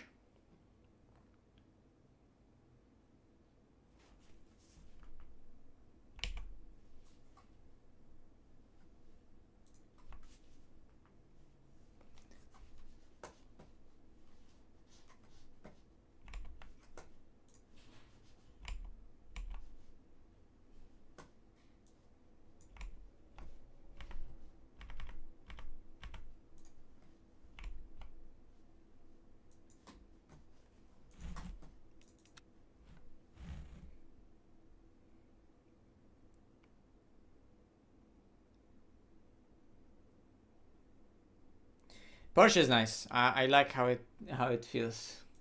Okay, well I registered for that race. I'm gonna do that race. I'm not gonna bother with the special event because it's just getting too late. I have some other stuff to do. So let's just do this quick Spa daily to finish up with the Porsche, and that's gonna be that.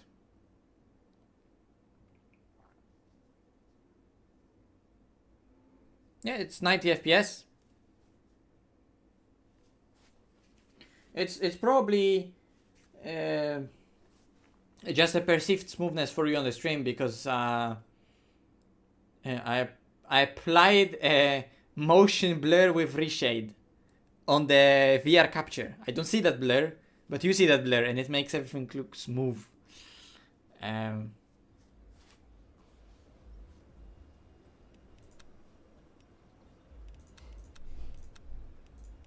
So it's supposed to be fixed, but it's not really fixed.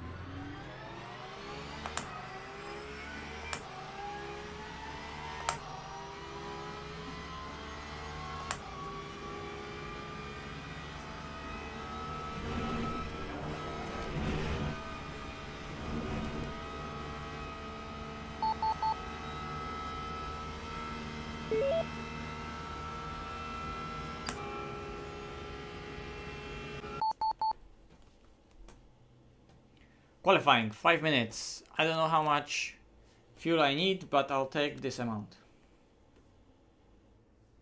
Oh, fuck. Actually. Okay, it's closed. And see, and now the setup is open. Huh? They fucked something up because it's not supposed to be.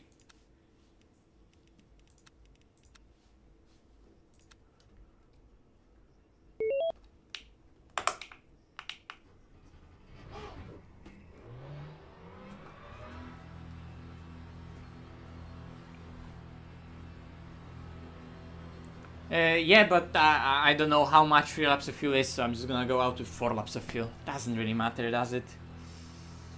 I actually need to be fast right now to make it to the line for the last lap.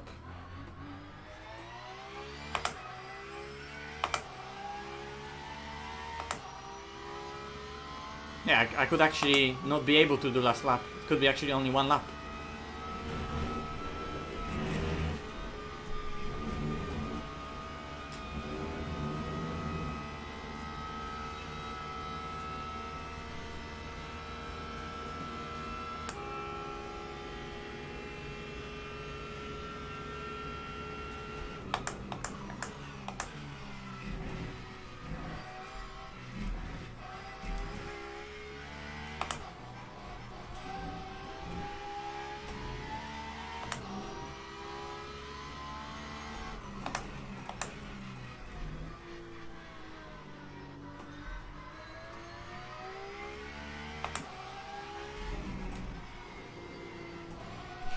Porsche actually reminds me a lot about the previous update.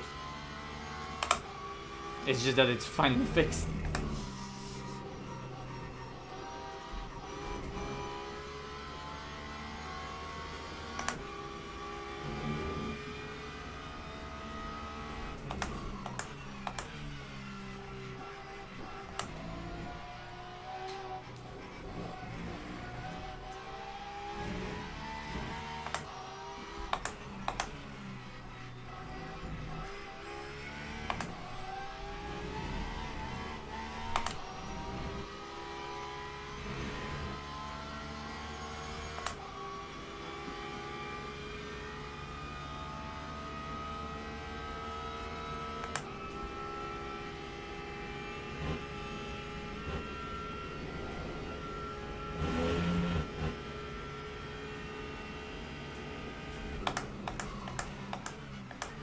Oh yeah, shit. This is gonna be the only lap I have. Because I was fooling around in the pit. Okay. All or nothing.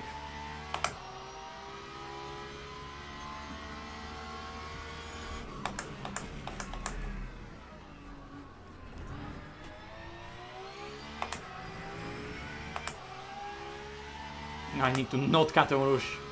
Or it's gonna be very bozo.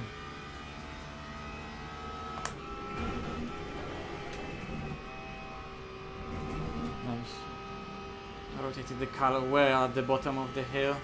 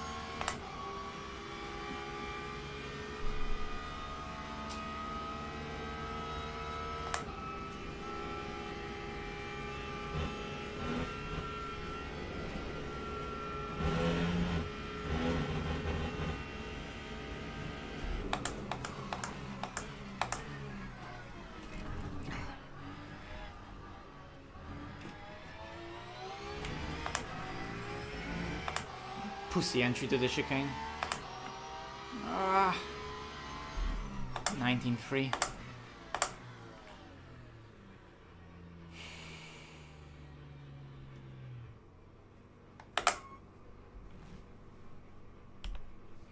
Whoop, whoop, whoop, whoop, whoop.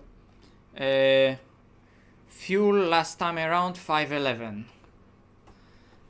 Energy last lap, most importantly. Fuel ratio 0.83.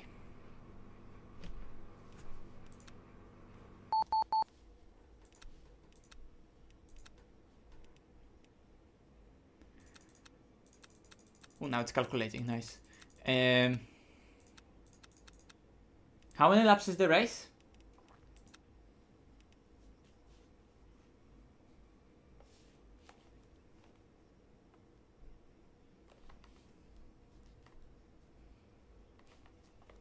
Is it 20-minute race?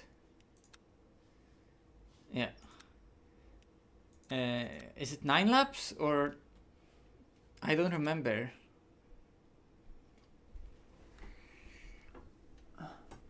I think it's a good update, good step in the right direction.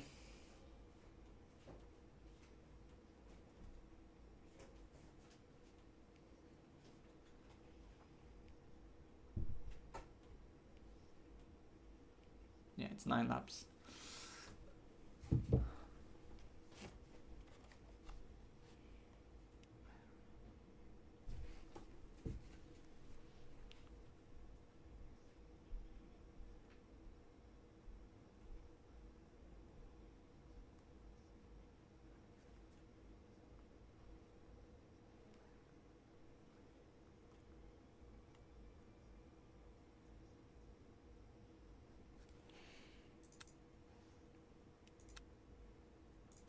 Yeah, I'm gonna take 2% of excess energy, you should be fine. Okay, what did you do?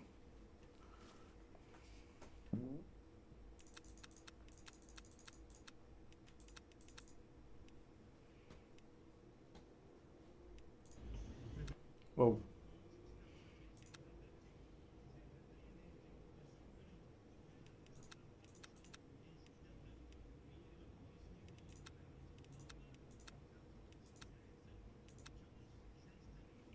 Oh, by the way, we are on pole. Hey.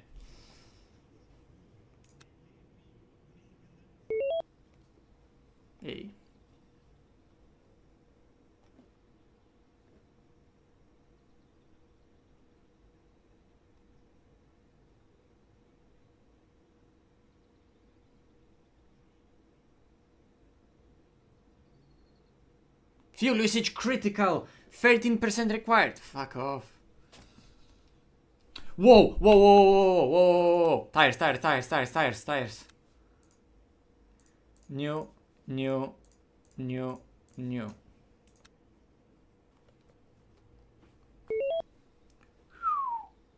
Close one. Formation lab has started.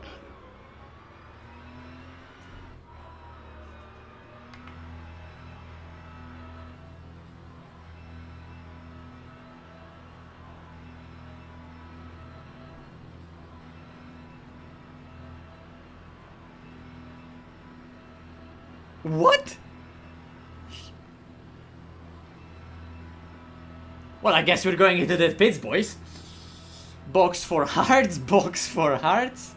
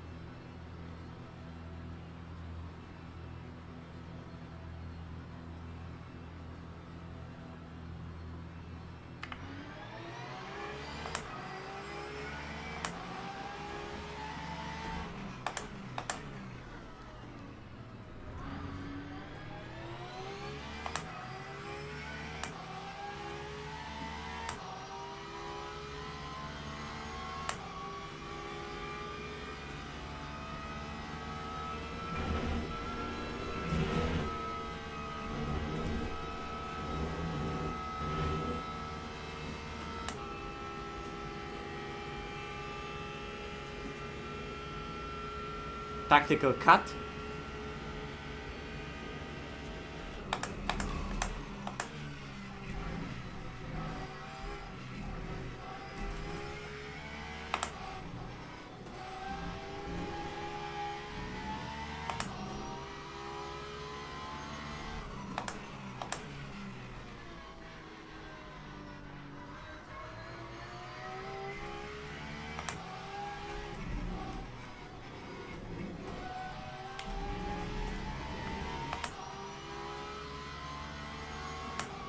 Should have reduced camber. Now that I think about it, it's open setup, lower camber is better.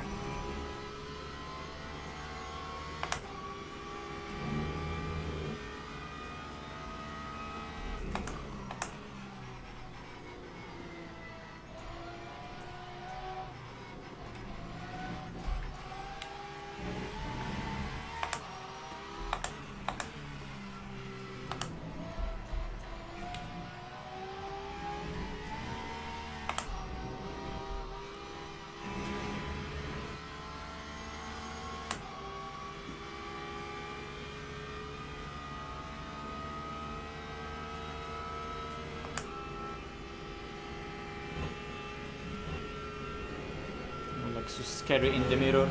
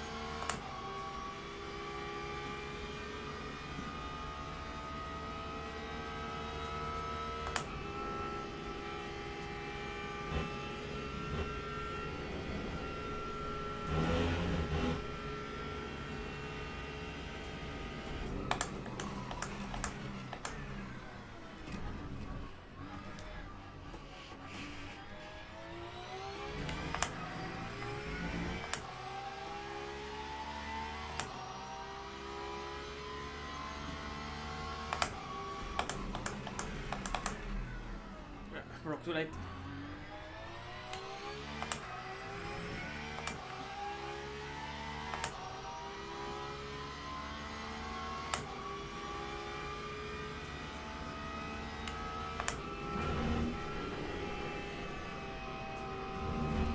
No, fuck off, I was not close to the line.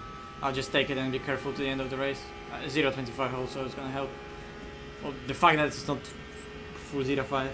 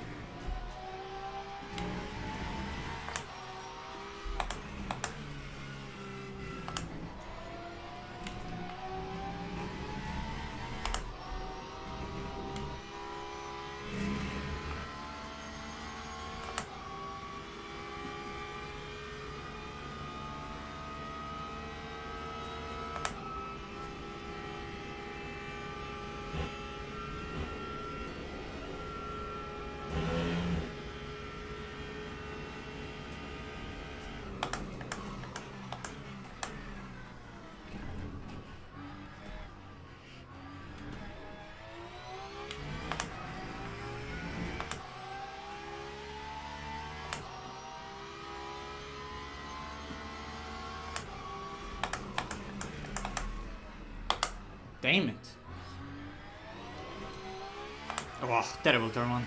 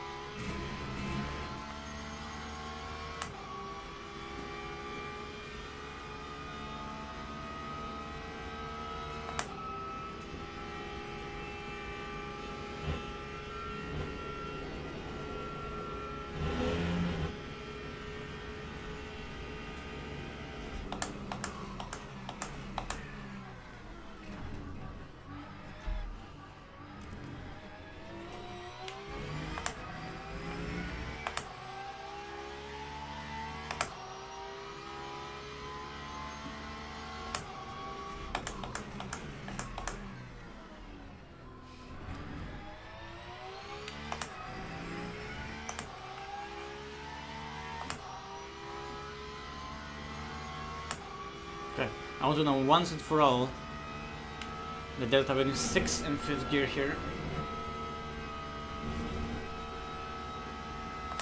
Yeah, definitely need to stay in 6th because this just loses me time. The more you know. Is this fixed setup? It's supposed to be, and I don't know if it's fixed.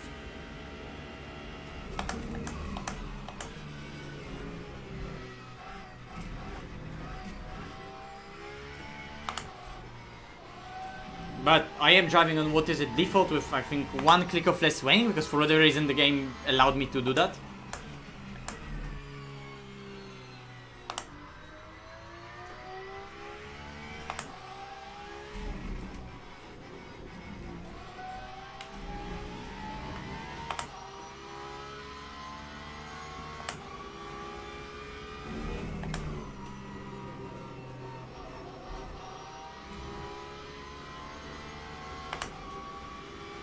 Bam. Patience and confidence with the rear. Bam. Just against time.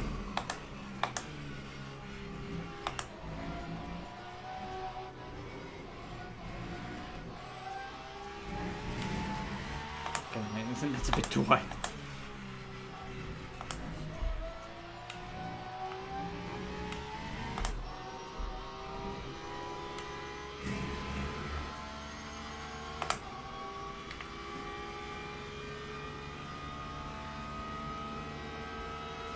Bro, fuck off. I want to unrequest the pit stop. Okay. The game. Okay. The game keeps on requesting the pit.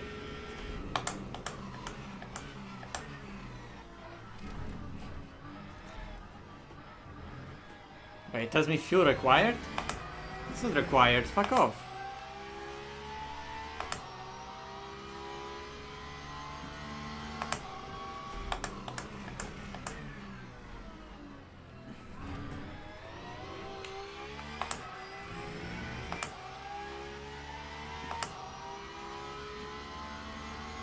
Started doing silly mistakes because of that.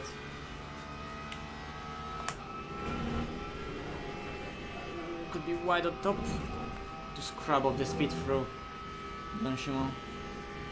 Through Radion. Not pitting. Fuck off. Yeah, if I unrequested it, just re-requests it, so I have to drive with that green thing at the top. It's just for one last lap, doesn't matter.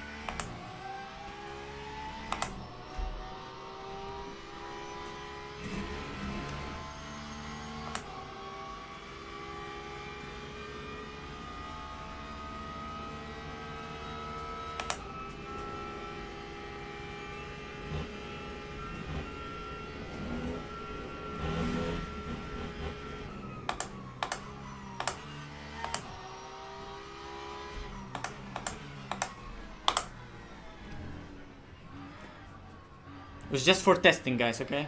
Just for testing.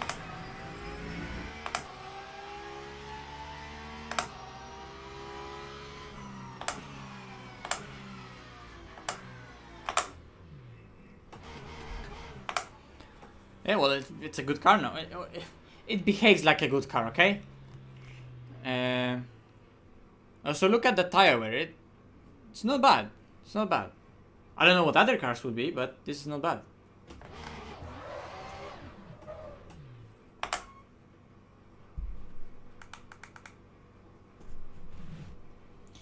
Hello, Mr. Matea.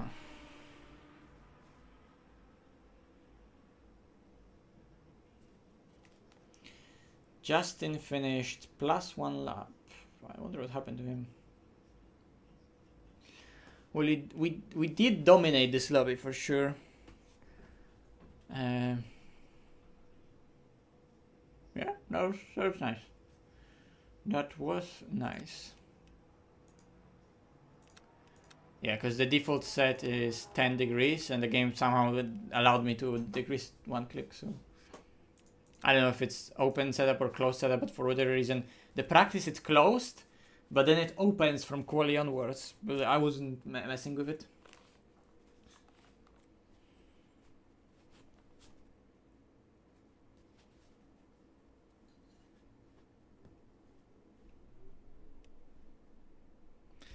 Gain 1% and 3%. Let's go.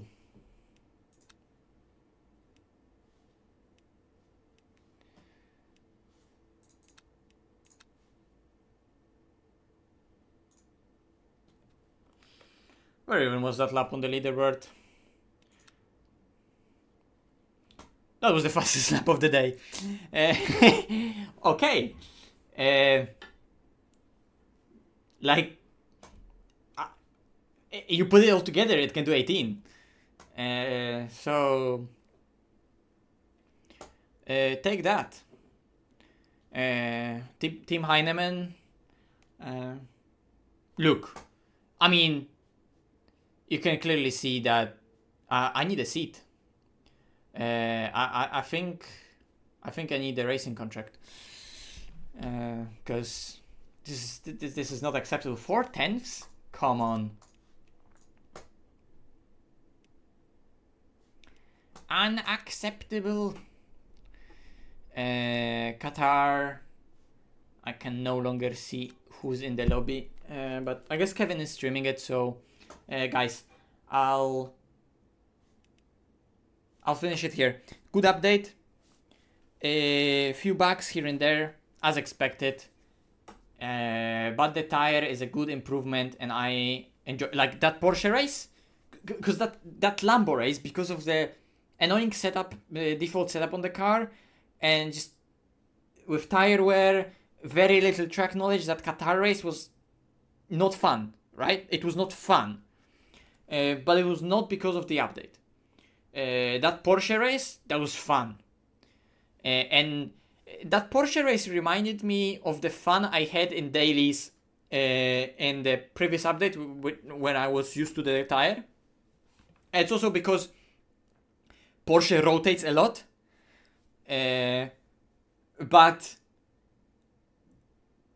right now you cannot exceed that angle. Porsche works really well with the new tire because its inherent characteristics push it to the slip angle, but if this car is set up well enough, and it seems like by default it also sort of is set up well enough.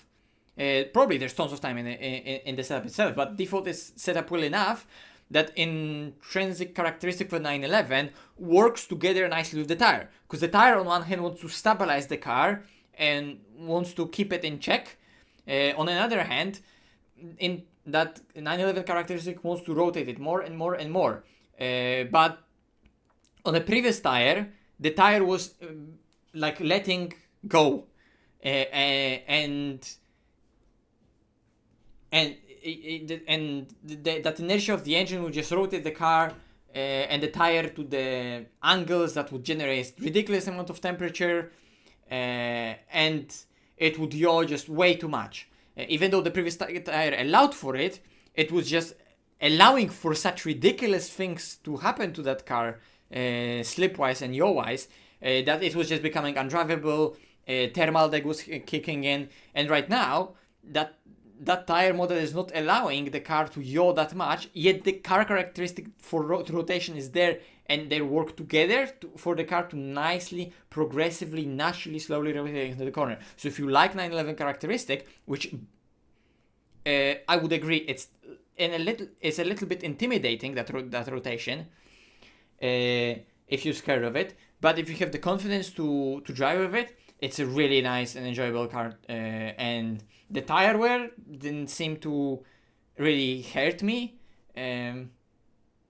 I don't know how's the BOP for other cars, but Porsche is nice. I like it. I do like how that car drives. And overall, like the way that Lambo drove on that Qatar, where I later went into the single player and then just tried it out, how it felt. I was also enjoying it a bit more in the flow. So good things to come. Just polish, and obviously we'll get some races together with teams. So that will come for later date for everyone to figure out. There's just so much to test, to try out, to play around with, to see what works, what doesn't work, and on top of that, there's just work to be done for Heimo, so we can deliver setups for you guys. So we'll focus on that with the team, with the Heimo team for upcoming weeks. We will grind it and deliver you the best setups possible. So stay tuned. Join all the links that are in the description. There's my Discord for coaching. If you want to get faster at LMU, this is great time to get into LMU. If you want to get faster at LMU, if you want to understand the game, if you want some help, if you're already driving LMU but you kind of feel stuck, and maybe you're kind of feeling scared of those new tires because they are more difficult to drive, I can help with that. I do coaching. I offer my help, and throughout the next days I will gain a lot of experience driving. So and setups wise, join Heimo Discord, Heimo Hideout. We'll give you all the info that's necessary. We'll give you all the updates there, how our setup creation is going. There's gonna be live notifications and like logs for what is being updated, what you can expect. We're gonna focus primarily straight away on all GT3 cars for Qatar, Le Mans, and Spa. That's our goal initially, to get you all GT3 cars with those 3 tracks, because obviously Spa is popular, Qatar is a new track, and Le Mans is gonna be real Le Mans is happening in a week. There's gonna be special events on Le Mans. People are gonna want to drive Le Mans, so we're gonna focus on those 3 tracks and then move on to the next one. So links in the description. I will keep you guys posted, and yeah. Let's just enjoy the game throughout the upcoming months, because this is looking very promising and it's going to be really enjoyable going into the future. But for today's stream, I very much thank you for tuning in. Viewership wasn't crazy, but that's to be expected because literally everyone was streaming today. So thank you very much for everyone who did decide to tune in with me today. Very much appreciated here at the end. And yeah. There will be more streams and more content LMU related. If you enjoyed a video that I recently did, I plan on maybe making more and more videos like that now, especially with LMU released and people interested in it. And there a lot being different driving wise in that sim, with that new tire, GT3 wise especially. I'm gonna potentially do more videos like that, focusing primarily on some driving techniques to help you guys improve. And track guide, shit tons of stuff coming, so good times. Stay tuned. But for today, like I said, thank you very much and good night. Take care. I use a 4090.